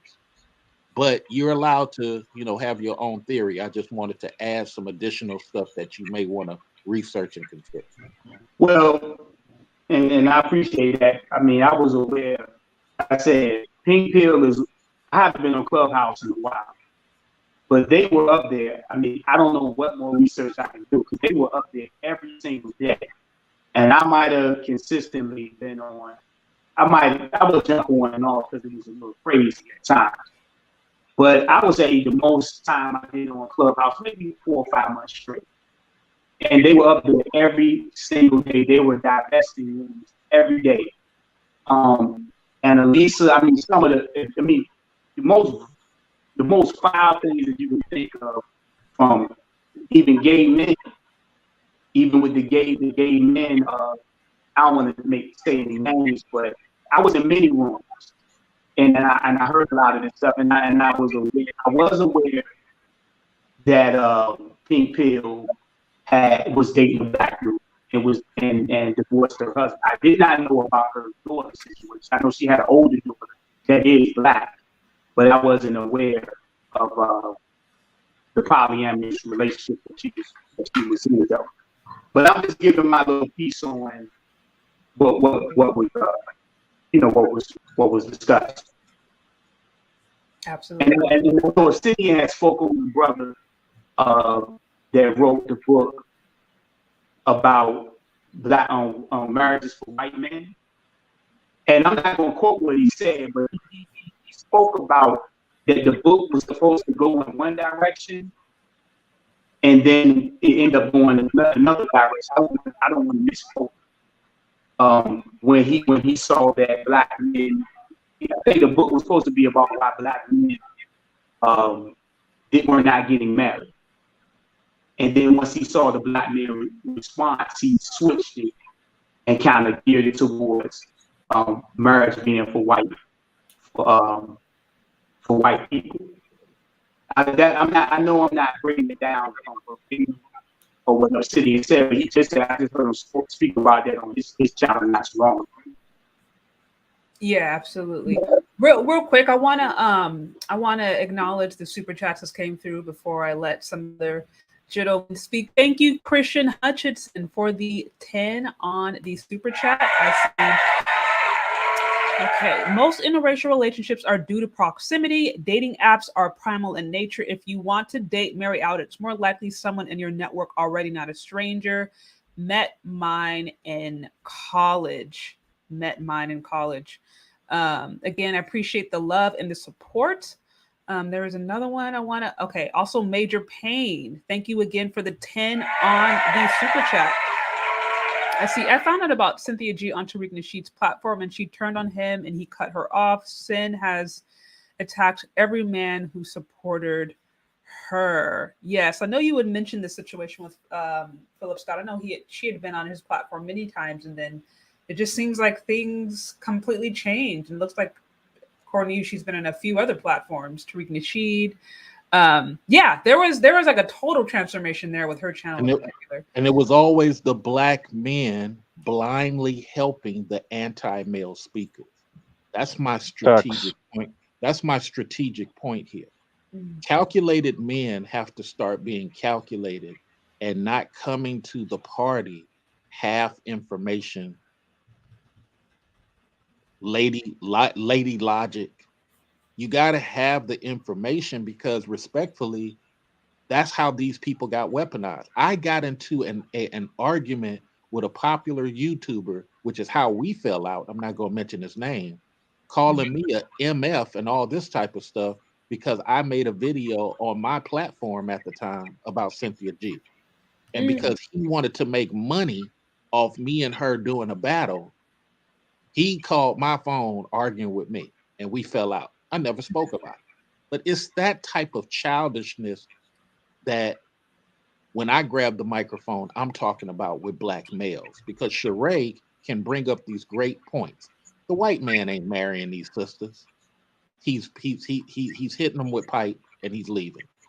Cynthia G got 2 sisters with white babies, and those fathers did not marry her 2 sisters. But Cynthia G will never speak about that. And I'm not going to speak about the one lady because I like her and she's going through some mental issues. But if not, I would roast that all day. We got to be well researched on these discussions. That's all I'm saying.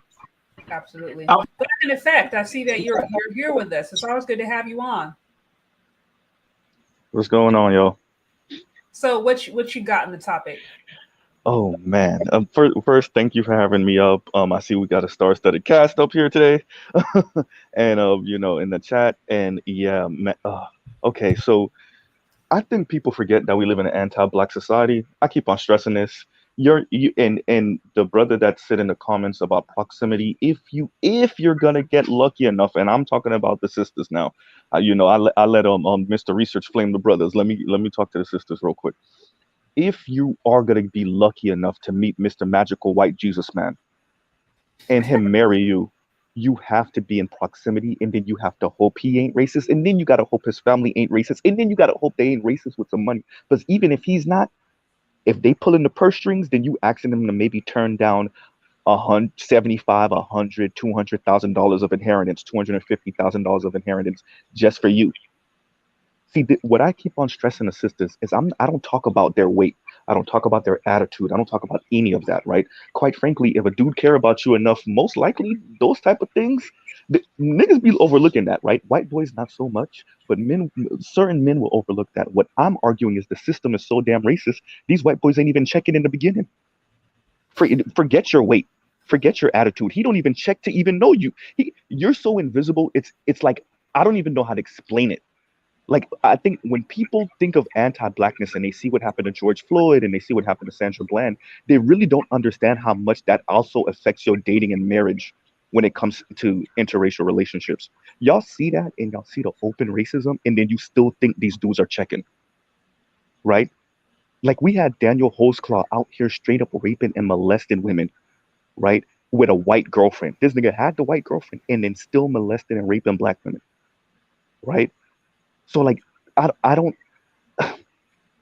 these men have had legal access to black women for over 50 years, and they still ain't pushed a interracial marriage rate for Black women to over 4%. But what I'm saying is Black women get married interracially at 4%. It's not 12% like everybody keep on spouting off. It's 4.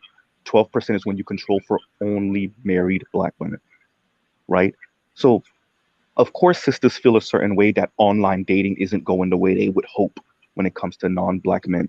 There was a British sister that was on one of those shows, those British morning shows, talking about, oh, I'm giving up on dating white men because, you know, I got to keep on explaining racism. I got to keep on doing this. I'm like, bitch, Black Brits are like 3-4% of the country. Like, what you thought? It's just, I don't know if it's the superwoman era that we grew up with, or the female enlightenment period, and encouraging women all the time and saying, hey, you can conquer all, you can do whatever, you know, your destiny's in your hands. And I agree with all of that to a certain extent. But when you're dealing with another autonomous human being, right, who grew up in an anti-Black culture, you have to understand what that means. And you can keep on, and I'm specifically talking about Lexus Exodus, you could keep on showing these one-off videos with the smiling sister and her white husband or her white boyfriend doing the two-step and proposing to her at an NBA game and all this other. Y'all could keep on doing that. But the numbers back here in the real world are the numbers. I don't think people understand what's really going on. Racism is still going to be a thing, but they're really trying to Brazilify America. They're really trying. That when Biden supposedly slipped in that conversation with the civil rights leaders, I don't know if y'all remember that a year ago, and he was like, "Oh, look at all the biracial commercials," and now look at his Supreme Court nominee, and you look at Kamala Harris. They're really trying to give y'all sisters the white dudes. It's the white dudes that's not coming. I want y'all to understand what I'm saying, Black women. The white elite are trying to give y'all the white dudes. The white dudes ain't coming. That's how racist they are. It's not you. You could try all you want. They're not trading in their white. I think Army Osei Frimpong Funky Academics said it so right, because they were talking about class and labor and whatever. He was like, white people will eat that $2-3 less an hour for their white skin. They'll take that on the chin. They'll take that $5 pay cut an hour on the chin to keep their whiteness and to keep that $250,000 inheritance. So what you think they're willing to do when it comes to marriage and sex? They'll still have sex with sisters. Will they marry sisters and then have the mixed baby? Probably not. You know, and I'll pause right there. It's sad, the delusion. I'm Haitian descent, but we still went through slavery too. And to see the descendants of slaves pining for their masters so much all across the West, it's disgusting. It's disgusting to keep on telling other Black people you're not good enough compared to the people that raped and colonized and pillaged us. It's disgusting that we're begging whites and Asians and Latinos to please come save us from Black. We even have derogatory terms for the Black community. That's how disgusting what we're engaging is. Come save me from Blackistan, the community. I'll pause right there. I wanted to just say, can I say something right quick? Yeah, sure. Yeah, I was going to say right quick about, in reference to what the brother was saying, that I don't think that people understand that Black people, that white people are going to protect their bloodline at the end of the day. And they will, and someone was talking about how they Asian, Hispanic even, because though that will kind of taint their bloodline, the child will somewhat come out looking Asian. Looking white. Especially when you have babies with Asian women, the babies will still come out looking white. So that's another thing that I don't think a lot of Black folks understand when you try to date interracially, that white folks are very much into protecting their bloodline. So I think that we need to take that into consideration when absolutely you're not seeing the success rate like the brother was saying that you think you should see when you're out here campaigning like you're campaigning when you're right now results, because they definitely look at that bloodline, especially when money and things like that are involved. I just want to add that. You know, Sade did the research. I'm sorry. Oh, I'm saying real quick. I think it's Demetrius, your audio sounded kind of robotic. I don't know if you guys are able to hear. I was having a hard time making out. Yeah, it was a little bit of a struggle for me also. Oh, okay. Yeah. Can So you just hear me? Can you hear me now? Is that better? Yeah, you probably got to get closer. Yeah, you good. Yeah, you feel? maybe. We can continue. Also, guys, real quick, if you guys are on here, get those likes up, tag anybody, share this with someone that you think may find it interesting. Also, super chats are open. I'm not, I try to keep it with the comments. I'm not always able to, but I do make it a point to acknowledge all super chats. So again, if you like what this is about, be sure to support your content, favorite content creators. Again, also shout out to Deanie, who is the sponsor of the week, for being such a great super supporter, super sponsor, as I like to put him. Yeah, guys. So show some love, show some support, and Mr. Blackneffect, I think you wanted to add something. Yeah, so you did the research and showed that 1% of white men and just about 1% of Latinos and 1/4% of Asians are marrying and married to Black women. That is the wall of silence. See, brothers are talking about the wall of indifference now and the wall of silence and all that. And I understand. And actually, Mr. Research is 100% right. Just freeze them out, right? But let's be clear. If these people have had legal access to you for over 50 years and they're only marrying you at 1%, that's the wall of silence right there. Yeah. White men beat us to the punch. Latino men beat us to the punch. Y'all know we many of us still grew up in the hood or we're hood adjacent. Y'all know Latinos and Black people rub elbows. Y'all know these Latino dudes be smashing sisters. Y'all know they do. Where are all the wedding rings though?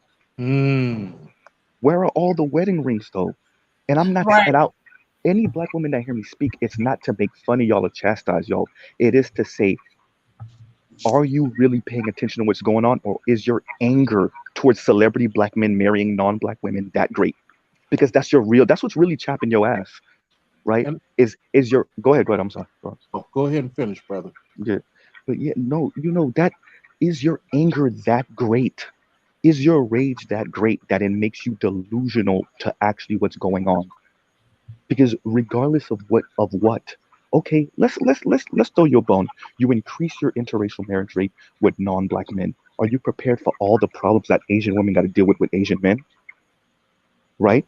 You see what their interracial marriage rate is. American-born Asian women are marrying outside of their race at 54%. Y'all ready for them type of problems and find out why? White women are still getting divorced from Brad, who got the money. Y'all ready to find out why? Right? I'm not even going to talk about Ahmed and his backhand. I ain't even going to go there with it, right? Are y'all ready to find out about Nazi level colorism in the South Asian community? Are y'all ready to? Y'all not doing talking about Mr. Research. Y'all not doing no research. It's not only the brothers not doing no research, Mr. Research. The sisters are woefully ignorant to what they're actually pining for. Because for them it's anything better than here. And I'll shut up. Go ahead. Let me jump in on this point. This is why the Black woman, most of them, are easy for white people to weaponize. It's been going on since Queen of Sheba went to another group of people and asked them to kill her 15-year-old brother because the father left the throne to her 15-year-old younger brother, and she, being an older woman, felt she deserved it. It's the same thing when Queen Dido created a whole Punic War because she fell in love with a white man in Turkey. This is way before any Black man is documented as being with any women of another race. Okay, and I'm not saying that. I'm saying that in conjunction with what Mr. Blackneffect just said. This is the documented stuff. And just like Mr. Kevin Miller asked me about the Cynthia G thing, I only dropped the Cynthia G thing so you guys can know my source for what I say. If you got two sisters married to white guys and they got babies by these guys, yet you're always speaking about Black men, that's not gossiping, Mr. Dapper Gent. That's intellectual discussion. And then when her own brother got on the platform and spoke against his sisters and his female cousin talking about Black men, Mr. Dapper Gent should have went up there and said, hey, I agree with the brother. But we can't hide in these chat rooms when people are on the panel trying to have serious discussions. Come up, have a serious discussion, bring your source and evidence, and don't call it gossiping, man. So it's just like what Mr. Z said. Hey, look, it's documented that the white man is the most, look this up, remarried man in all of the United States. I would probably argue the planet, but go ahead. Well, Latin men have that. Latin men have that. Okay. But my point is, it's not the evil black guy. Yet that is the most of their conversation. These women are just easy to weaponize because we black men have been coddling. Let me bring that into the manosphere. We've been coddling some of these women for way too long. And the strength of her mouth comes from the fear of what a black man might do. See, nobody really cares if Sade goes up and curses out a white police officer. The white police officer is looking around like, where's her cousin? Where's her brother? Where's her husband? But if you remove that, then you're going to have to deal with what the black German woman had to deal with, unprotection. Black French women, unprotected. And then she's going to be very selective about what she says because ain't no pro-black person coming out the woodwork. Hey, man, what you doing to that sister? Ain't nobody doing that. Black men in the USA coddle women way too much. So you want to read your super chats up? Because I actually want to respond, but go ahead. I'm sorry. Sorry, I cut out for a second. Sorry about that. Shout out to Dapper Gents for the 5 on the super chat. I see Black men can explain interracial dating, but silence about us not producing for the Black community. White is a color, not a nationality. Thank you again for the support. Also, shout out to MrZBlackneffect. I do appreciate the support for the conversation. So I think Mr. Dapper doesn't understand that white is a geopolitical concept. Thank you. The same way that Asian is a geopolitical concept. They literally live on the same continent, if you really want to be honest. But go ahead, Mr. Research. Just to prove what Mr. Gent is incorrect in his thought.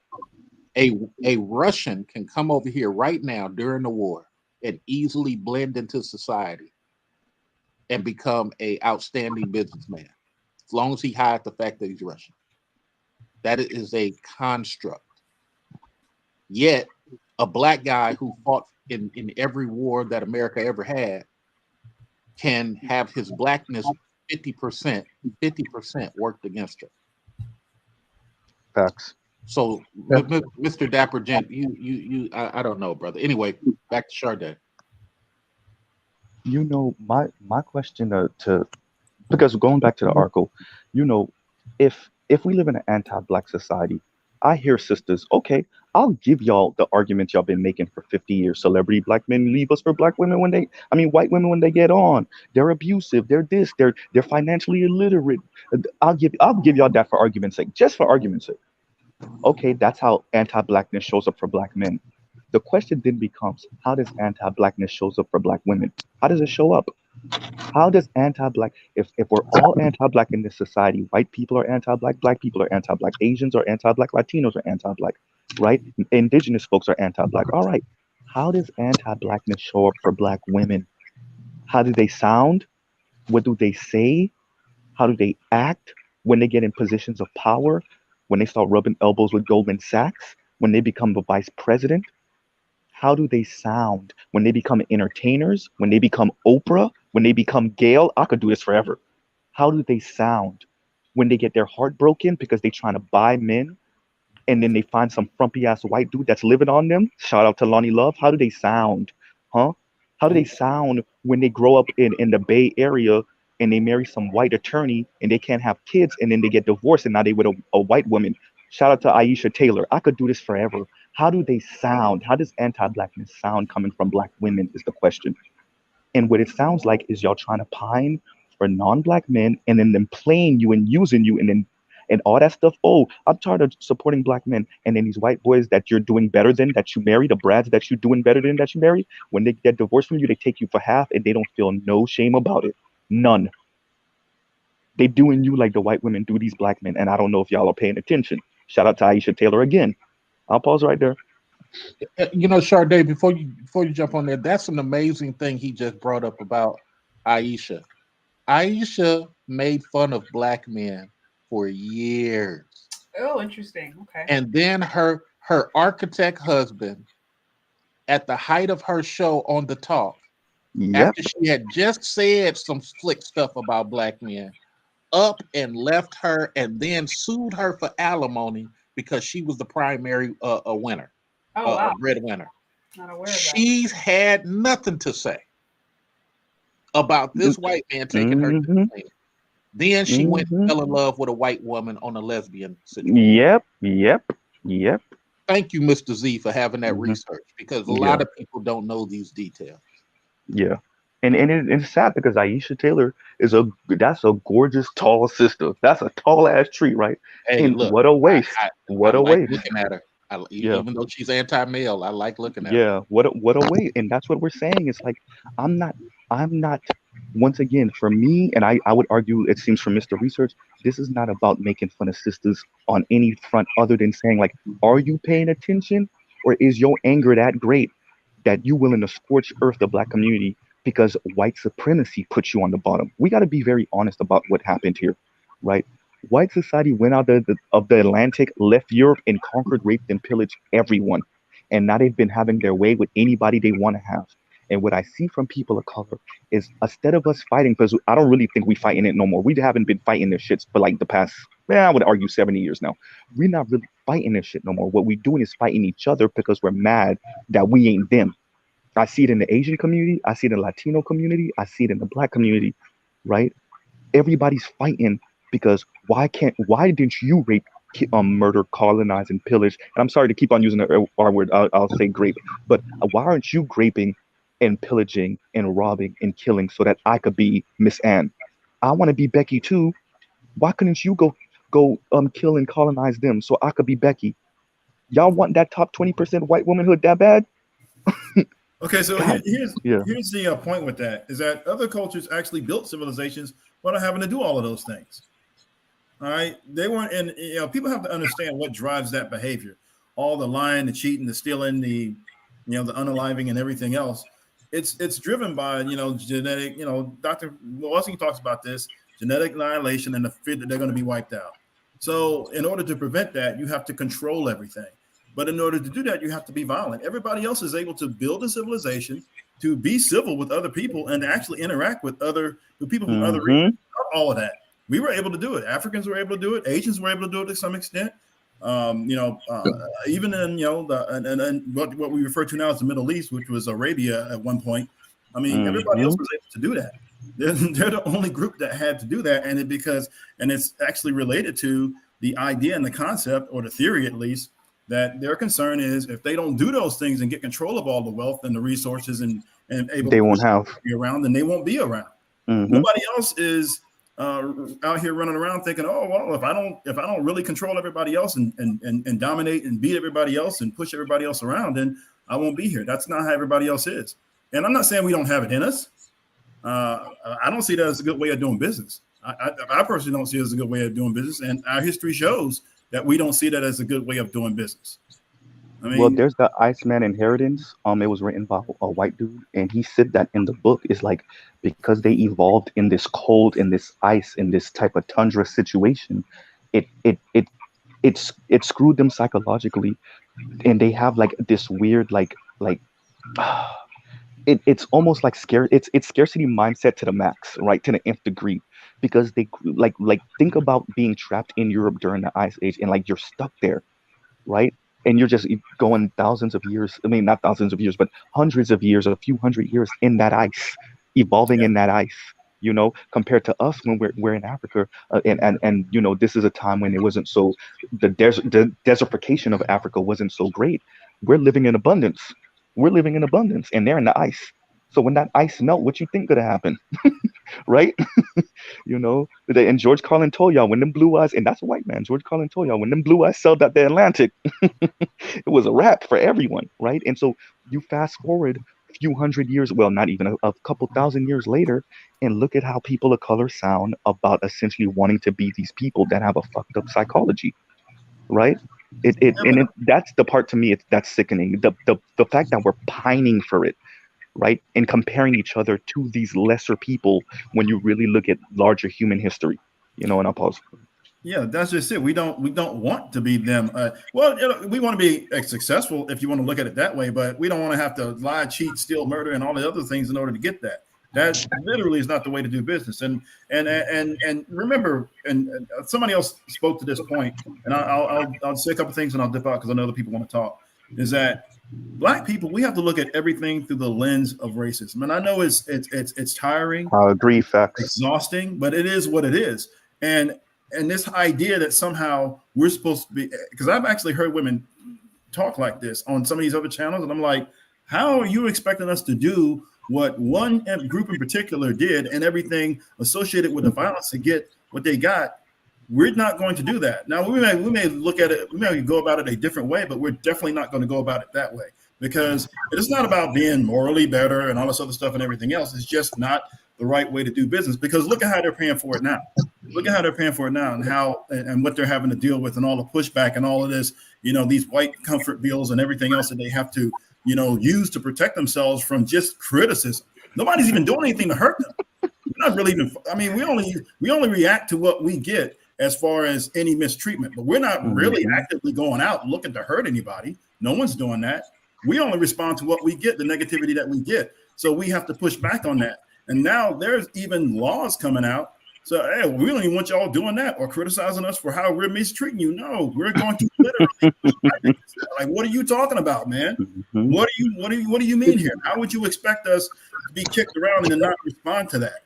All right, we're responding to a system that's literally set up to keep us in a specific socioeconomic position at the bottom, but at the same time trying to survive within that system, and at the same time trying not to be evil and violent and chaotic while we're doing it. That is a huge challenge. So that everything I just said is exhausting, isn't it? But I think that's the problem. White supremacy can only exist with the lack of Black male supremacy. If Black male supremacy was more at the forefront, white male supremacy would have an adversary. To your point, we respond too much. We need to get out in the forefront and take over some of these industries and displace some of these things. If we could get more Black men to financially support things, even laws and bills, a lot of this stuff will go away. Look at how we complain about child support. Go and create a proposition to overturn the Ronald Reagan law. Ronald Reagan changed the law in 1969. We can put together $10 million to put it on the Chicago bill, the Texas bill, or the California bill. Those are the three, or the New York. Those are the four more dominant places for you to start a proposition. Once it goes there, it gets to the rest of the country. We started the Crown Act here in California. Now, 2 weeks ago, they passed it nationwide for all y'all. So our money that we Black folks put together, mostly Black men, because Black women love to say Black men ain't helped do nothing. Mostly Black men arguing on the Senate floor for the Crown Act. Now all of y'all got it. And we can do everything so easily like that. My last point, you also said, I'm a Republican. But I'm extremely Black first. DeSantis just passed a law in Florida. You can't speak about race in schools, anywhere in education, and the evil idiot put some pig on there and said you can't speak about it in the workforce. So that hurts your EEOC in Florida. My apologize to everybody for Florida. I apologize for DeSantis. I'm sorry, y'all. I'm sorry. You can't even speak about your adversarial treatment in Florida now that DeSantis passed this. But guess what? He wants to be your next president also. Yep, and he might win. Don't sleep on him. Interesting. I want to real quick thank you. Sorry. Thank you, Abel, for the 19.99 on the super chat. I do appreciate the support. Again, guys, if you're on here, hit those likes up, tag anybody on this discussion, share it. This has been a very interesting conversation. I didn't know we were going to go in that direction. But, you know, I mean, we talk about the ecosystem, right, Sade? I mean, like, yeah, no. It's you know, that's beautiful. It's fair, you know. Yeah. I'm here to hear your guys' perspective, and you know, as I mentioned to ladies before, I didn't go as deep into some of it, but I think at the end of the day, it's like we have to be realistic about what's going on right now, and you know, you just can't be surprised. That's why whether I read through that article, any article, study, peer-reviewed research, whatever, when it comes to this dating and mating market, it's like, well, of course, people are looking through race. Duh, this is not surprising. We can't act like it doesn't exist. So, if nothing else, it's like take that, take that with you, ladies. Like you're not getting away from it. You're not getting away from yourself. It's just not going to happen, especially not in the system that was created in the way that it was. And you know, you guys kind of went deeply into some of the different reasons why. But like I said, even if you don't want to take my word for it, you know, consider their perspective, consider the history. Usually, the results speak for itself. People's lives. Let me drop off Sade, but let me say this last thing. Sade, do you hear a lot of white women complaining about black men? No. They too busy picking them off. You hear any of these Asian women complaining? No. They are running commercials right now. Wouldn't you prefer an Asian woman? We prefer older men. We know how to submit. These are key words in commercials that the Asian and the Russians are pushing for their dating sites here in America. They are taking the phrases that many black women are pushing to the forefront against men, and they're weaponizing it. Guess what? Wait until the dark-skinned Asians find out they're successful black men here unmarried. Wait till the dark-skinned Indian women, the Sri Lankans, find out that there's dark-skinned brothers who like that dark skin, and wait till they find out. It's really going to be a problem then. So they can, so these women can fight the exoticals. They can call Sade Mimi. See, you laughing, but no, that's what they call it, is exoticals. No, you're right. No, they call it exoticals. Yeah, no, it's true. It's true. All I do is drop facts. Well, you know, here's the thing. I would say, I was talking to my husband about this the other day, where it's like women who whether they prefer to date or marry out, whether they prefer to stay single, have kids, don't have kids, no issue there. I think a woman should really choose what makes her happy. I think there's women out there who shouldn't consider being wives because they'd be horrible, miserable wives. So I don't believe all women should be a wife. If you don't like a black man, you shouldn't try to get with one. That would be horrible. So I'm like, no smoke for anybody choosing their choice. My thing is just don't go and lie and promote propaganda. It's the very thing that you supposedly don't care about. That's not helping anyone. If anything, it's about making YouTube money with these ladies. It ain't about helping these daughters. Once you take men out of it, and mind you, I'm about to go. Okay. Once you take men out of it, why are they having fights with the light skins? Everybody's black in man world. Brothers ain't got time for that colorism crap over here. We got white people to fight. Light-skinned red bone brother's my brother. I don't even say that. You know what the hell? What are y'all talking about? So why you want me in this exotical war, in this pick me war? You want me in the male identified war? You want me in the mammy war? And then if I don't want to fight it, now I'm a terrible person, and you're gonna go to CBS News and talk about how terrible I am, and you're gonna fight Beyonce's mother.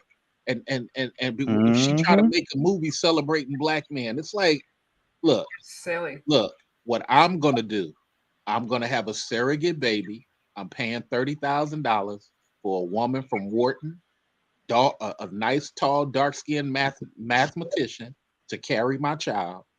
I'm gonna have my bloodline child, and I'm gonna avoid all these gender battles. All I care is about nobody will separate me from my kid. They can have these issues, and I can find a wife after my kid is born. I ain't got time for all this stuff.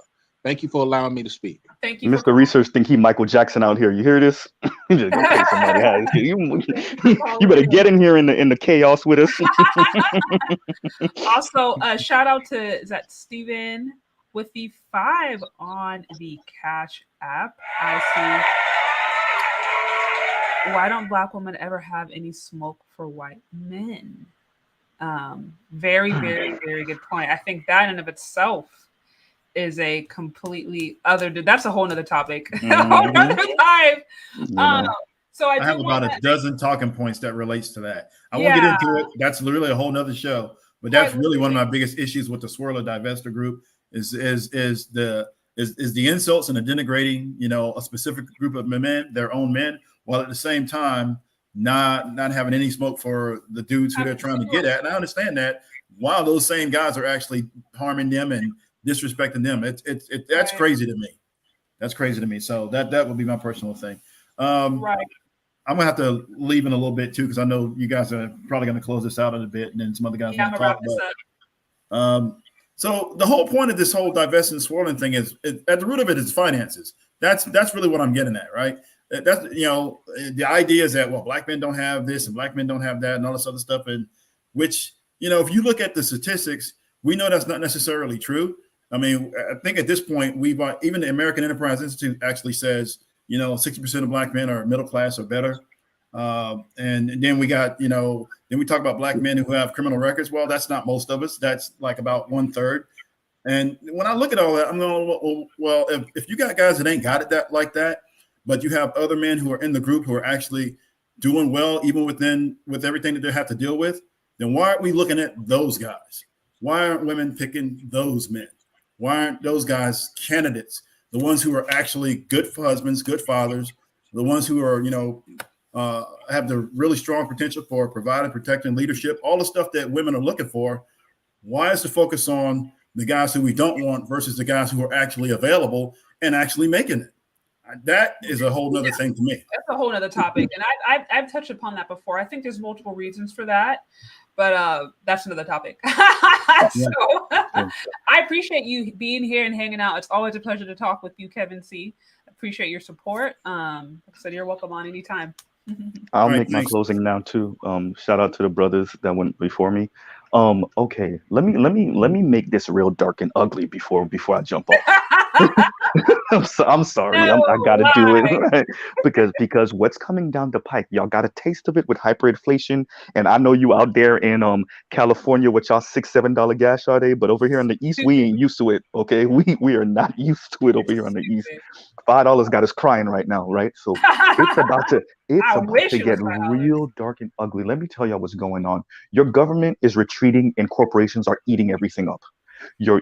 They found loopholes through your unions. They've been killing them for the past 30-40 years. You're gonna see, because, you know, I get it, you know, Mr. Research said he's more Republican, I lean left, but what you're gonna see over in the next coming decades is the privatization, if it's not halted, of just about everything. That means your life is going to be more precarious. If y'all didn't understand what came with the gigification, and this is why I'm really pissed at Obama, because he allowed this shit, the gigification of the economy across the Western world is that not only are you not unionized, but you don't even have a HR to go to when somebody complains about you and it's not true, right? So that means everything in your life is more precarious. Sisters out here trying to do this whole swirler divester thing, and even some brothers that's not really paying attention. Y'all don't really understand that y'all on, and I say thin ice because I'm losing some words, but it's like super thin ice that you're on, and you don't really understand it. You think you're on solid ground, you're not. You're not. So all of this insulting of men, Black men specifically, talk about how broke they are, they're not building, they're not uber wealthy. In a minute, anything that help you float is gonna be paramount. It don't matter if you got a boat or a yacht. If you got a damn buoy, anything that's about to help, any man that can help you float is about to be important in the next couple decades. And I think a lot of people are really asleep on how comfortable their life is because of circumstances that don't have nothing to do with them. Everything from the dollar being the reserve currency of the world, to oil prices being relatively cheap over the past few years. Y'all really have no idea how much of your life is predicated on stuff that you have no control over. And if one of those things go awry, just one, you're super screwed, right? So y'all can do this. Go ahead. Yeah. Mm-hmm. No, it's funny you're saying that because I was listening to an economist yesterday. He's his name is like blanking on me. I'm drawing a total blank, but he graduated from Stanford. I think taught at Harvard for years. He's now retired, but he runs a really popular YouTube channel, and he was essentially kind of breaking down kind of what's happening right now. And he was looking at like, history. And I think in particular, he was looking at like Germany and kind of what happened before, Hitler took power and all the different components being up to that. And he was saying at one time, your average German family was able to really save. They were at a good spot. And essentially the economy, it hit different issues. And there's one point in particular, I think inflation went up I think it was like 30% or something astronomical. And it was essentially all these economic issues that really primed that country for that whole situation with Hitler and that whole fiasco. And so he was just using an example of just like these financial challenges and struggles. I think it's great that you mentioned that, because all these things really do play a role into how we navigate in the dating world. And now that people are hitting on financial hard times, this is usually when you see people be more radicalized around race, exactly, around their really extreme beliefs. And we're seeing that right now. And that's what I'm saying. Women, if you're thinking you're just living in this colorblind society with what's happening in the economy, no, if anything, it's getting worse as people are struggling financially and they're looking for a scapegoat. They're searching for reason. So you have to be prepared for what that means as you're navigating. You cannot be surprised if you feel like you are faced with what may be blatant discrimination, blatant stereotypes. I'll end with this. Okay. Mm-hmm. Two things that we play down. Sisters tried to throw Ukraine in our face, and them boys, those men over there, putting those women on trains to let them out. What you didn't pay attention to is what they was doing to the Africans. You and your mixed child, you think they're gonna let you and your mixed child get on that train because your mixed child is mixed? Don't kid yourself. Number one. Number two, you know who was walking to your local Walmart not scared when they was looking for toilet paper during COVID? Women with husbands and boyfriends that cared about them. Those were the women that was walking through the line. They weren't afraid. All you sisters that were by yourself, I saw that fear in your face because you knew some man could have snatched that from you and there was nothing you could have did about it. And I'm not saying that to scare y'all. I'm saying when worst come to worst, that's what it get down to. Period. Right. Yeah. And I'll shut up now. Go ahead. No, I appreciate you. I think you hit some good points. And I think what was it? Kevin Samuels, he was trolling the other day talking about Big Shirley looking at the gas. And he was kind of making reference to this point where it's like, okay, well, can Big Shirley, are you leveling up now? Are you living your best life now with the way things go up? And however you put it, whether we want to separate ourselves from the Black community, from Blackistan, whatever, it gets to a certain point where it's like, you kind of need to work together with somebody in order to survive. And history has shown that you're a lot better off learning how to work within your family, at the very least, in your community, and falling into all these different dissentious hate groups and hate sections. Like it's not going to help you when it gets really, really rough. It's not. Hopefully, eventually, the facade will fall. Because if it don't, then you're going to end up suffering. Period. I think some of them are hard enough, Sade. Well, they will. I think some of them. And I'll actually back off. I'll actually drop off after. Some of them, they're gonna. It's something that one of the brothers in the space, the Raj Report, says. Some people don't learn until they die. They don't even. They in afterlife. That's when they learn. When they're no longer on this plane. And I think some sisters are that mad, that angry, that resentful, that in death will they learn, if even. And I'll actually shut up. I'll drop down. Thank you for having me up. I appreciate you calling on and sharing. Better You Life Coach. Final thoughts. It's a lot. I was trying to cut in on it last couple times, but as things do get worse, because I do feel we're headed for a multipolar world in terms of the dollar not being the sole reserve currency and how that's going to affect dating and as well as capital and the American dream, quote unquote, being more and more unattainable. That's going to have an effect on dating, in particular with the Black community, just simply because we don't have the wealth accumulation already in mass that would insulate us from some of those changes. So I think in particular, like, we need to be really cognizant of certain things, and kind of to piggyback off of some of Mr. Researcher's points. We need to push for the policies that kind of benefit us.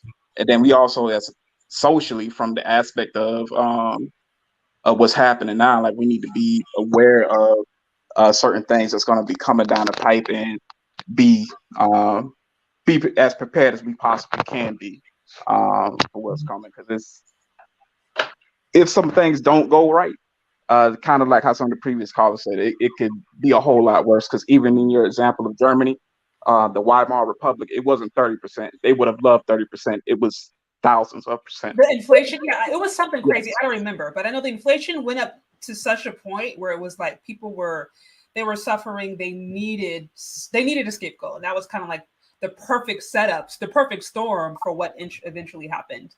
And he used that not as a way to, just as a way to try to draw lessons of, okay, well, what can we learn from what happened as we're looking at the economy now, how it's impacting people. People are struggling, inflation, so yeah, great points. But I do appreciate you calling in and sharing your perspective and hanging out. It's always good to have you here. Likewise. Thank you so much. Hope you have a good one. You too. All right. So I want to, I did see a few super chats coming through. Shout out to there. I said it. I see IRR. I'm all for it for Black men and Black women, but this public separation from your group of men has emboldened racist non-Black men to harm Black women. Not smart. I agree. As not only that, apart, even if we remove that from the equation, I think you said the public display of, whether it's separation, the public display of, hatred towards one another, it impacts our abilities to find healthy and successful relationships as Black women, whether we want to do with a Black man or somebody outside of the ethnic group. As I said before, nobody wants to be around a complaining woman. Nobody wants to do that. Nobody wants to be around a complaining man. But if I just speak for women, like, that's not a flex. That is not a great quality. So if we have the reputation of being combative or not knowing how to get along with our men, people aren't looking at us like, oh, I feel so sorry for you, let me take you in. They don't want to take on charity cases when it comes to finding a wife or a partner. Nobody wants to do that. So that's what I'm saying. Like, the way that we interact, we can't necessarily take responsibility for other people's behavior. We can't control them, but we can control ourselves. And if you're a woman and you are actively engaging and working in some of these groups that are really hateful, really rancid, you just know there's a lot of self-hating, male-bashing energy. If you were involved in that, right? If you are posting all that stuff on your social media, whatever, don't think that's not going to impact you and how now you're going to be able to find a healthy relationship, especially if you're considering online dating. Because best believe somebody who's looking at you as a prospect is going to be looking at your social media accounts. They're going to be looking at your past history, what you've done, who you follow. We all do it. And if they see that you have that kind of questionable history, they may take you out in a few dates. They may link up with you, but you're not going to be a long-term situation. So I really agree with that point on so many levels. Also, I did see another super chat come through. Shout out to CJ Banks for the 20. Again, I really appreciate you. Yes, very good discussion. And then I also saw a Cash App come through with Define Intellectual. I saw a $20 Cash App. I appreciate your platform and the work you do. Thank you, all of you guys, so much for being, for supporting, for hanging out with me, for being here. Again, if you're on here and you haven't already, please hit the like button for this. Tag it. So again, I think all those callers made some really interesting points. We kind of went in a direction I wasn't necessarily even thinking about. But like I said, I love to hear all of your guys' perspective, because I think at the very least, whether you agree or disagree, think somebody's totally off or not, at the very least, it can make you go home and think and consider really what's going on. And I would say for women in particular who are wanting to navigate the dating and mating market, we really have got to be aware of what is going on. We really do. And research time and time again reminds us that we are not living and operating in an equal society. So however you want to move, whether or not you do want to date and marry within the Black community, or you want to date and marry out, fine. You got to be realistic about what that means.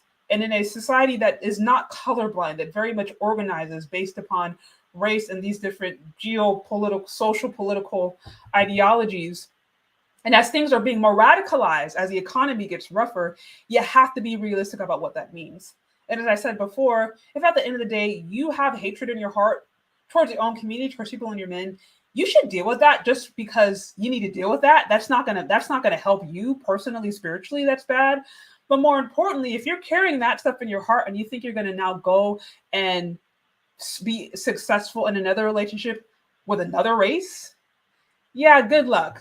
Good luck. Because like I said, if you are known, we as Black women already have a reputation. And if we carry that energy of not being able to get along with our own community and think we can get integrated in another community and not face issues and not face racial challenges, stereotypes, all kind of different stuff, we are up for a rude awakening. And as many of the callers mentioned before, we're just, men of other races are not even necessarily checking for us like that. They're not. Black men marry and I think marry a little more interracially than Black women. They have a higher success rate in that. But all in all, these Black people we're still dating and marrying each other. And this is a pretty common trend across all ethnicities. So again, I would never be one to tell you like, oh, you have to date this person, or you have to marry that person. Of course, not all Black men are marriage material. Of course, not all Black women are marriage material. There's many people I think right now in the Black community who have no concept and are not qualified to be a husband or a wife. And this goes for just people in general, because there's a lot of issues in our society. So with that, you just have to be aware. We cannot, this whole ignorance is bliss thing is not helping any of us. And it's certainly not helping us falling into any of these hateful groups. And like I said, we can't be surprised when we go on dating sites, we have these interactions. We just can't be surprised when you're trying to integrate into another society, into another ethnicity, into another race. We can't be surprised because this society is not colorblind. I don't care what they tell you. Anytime you fall into that, there's always a situation there to remind you otherwise. So just be aware and be realistic about what that means. Also, shout out to Coach Keith. I appreciate you. I appreciate you for being here. Also, shout out to Cameron Fields. Thank you so much for the 10. I appreciate you. It says your platform is great. Thanks for your smart and interesting conversation. I appreciate it. I really do. So yeah, guys, this is fun. Stay tuned for other conversations, other lives, other hot topics. Appreciate all of you guys for being here, for hanging out with me, sharing, commenting. And yeah, like I said, if you haven't already, hit the like button, share this with somebody if you think you found it interesting or helpful or informative. And definitely stay tuned for other topics, other videos. Hit the subscribe button, hit the notification button if you haven't already. And yeah, I think we'll talk later. Bye.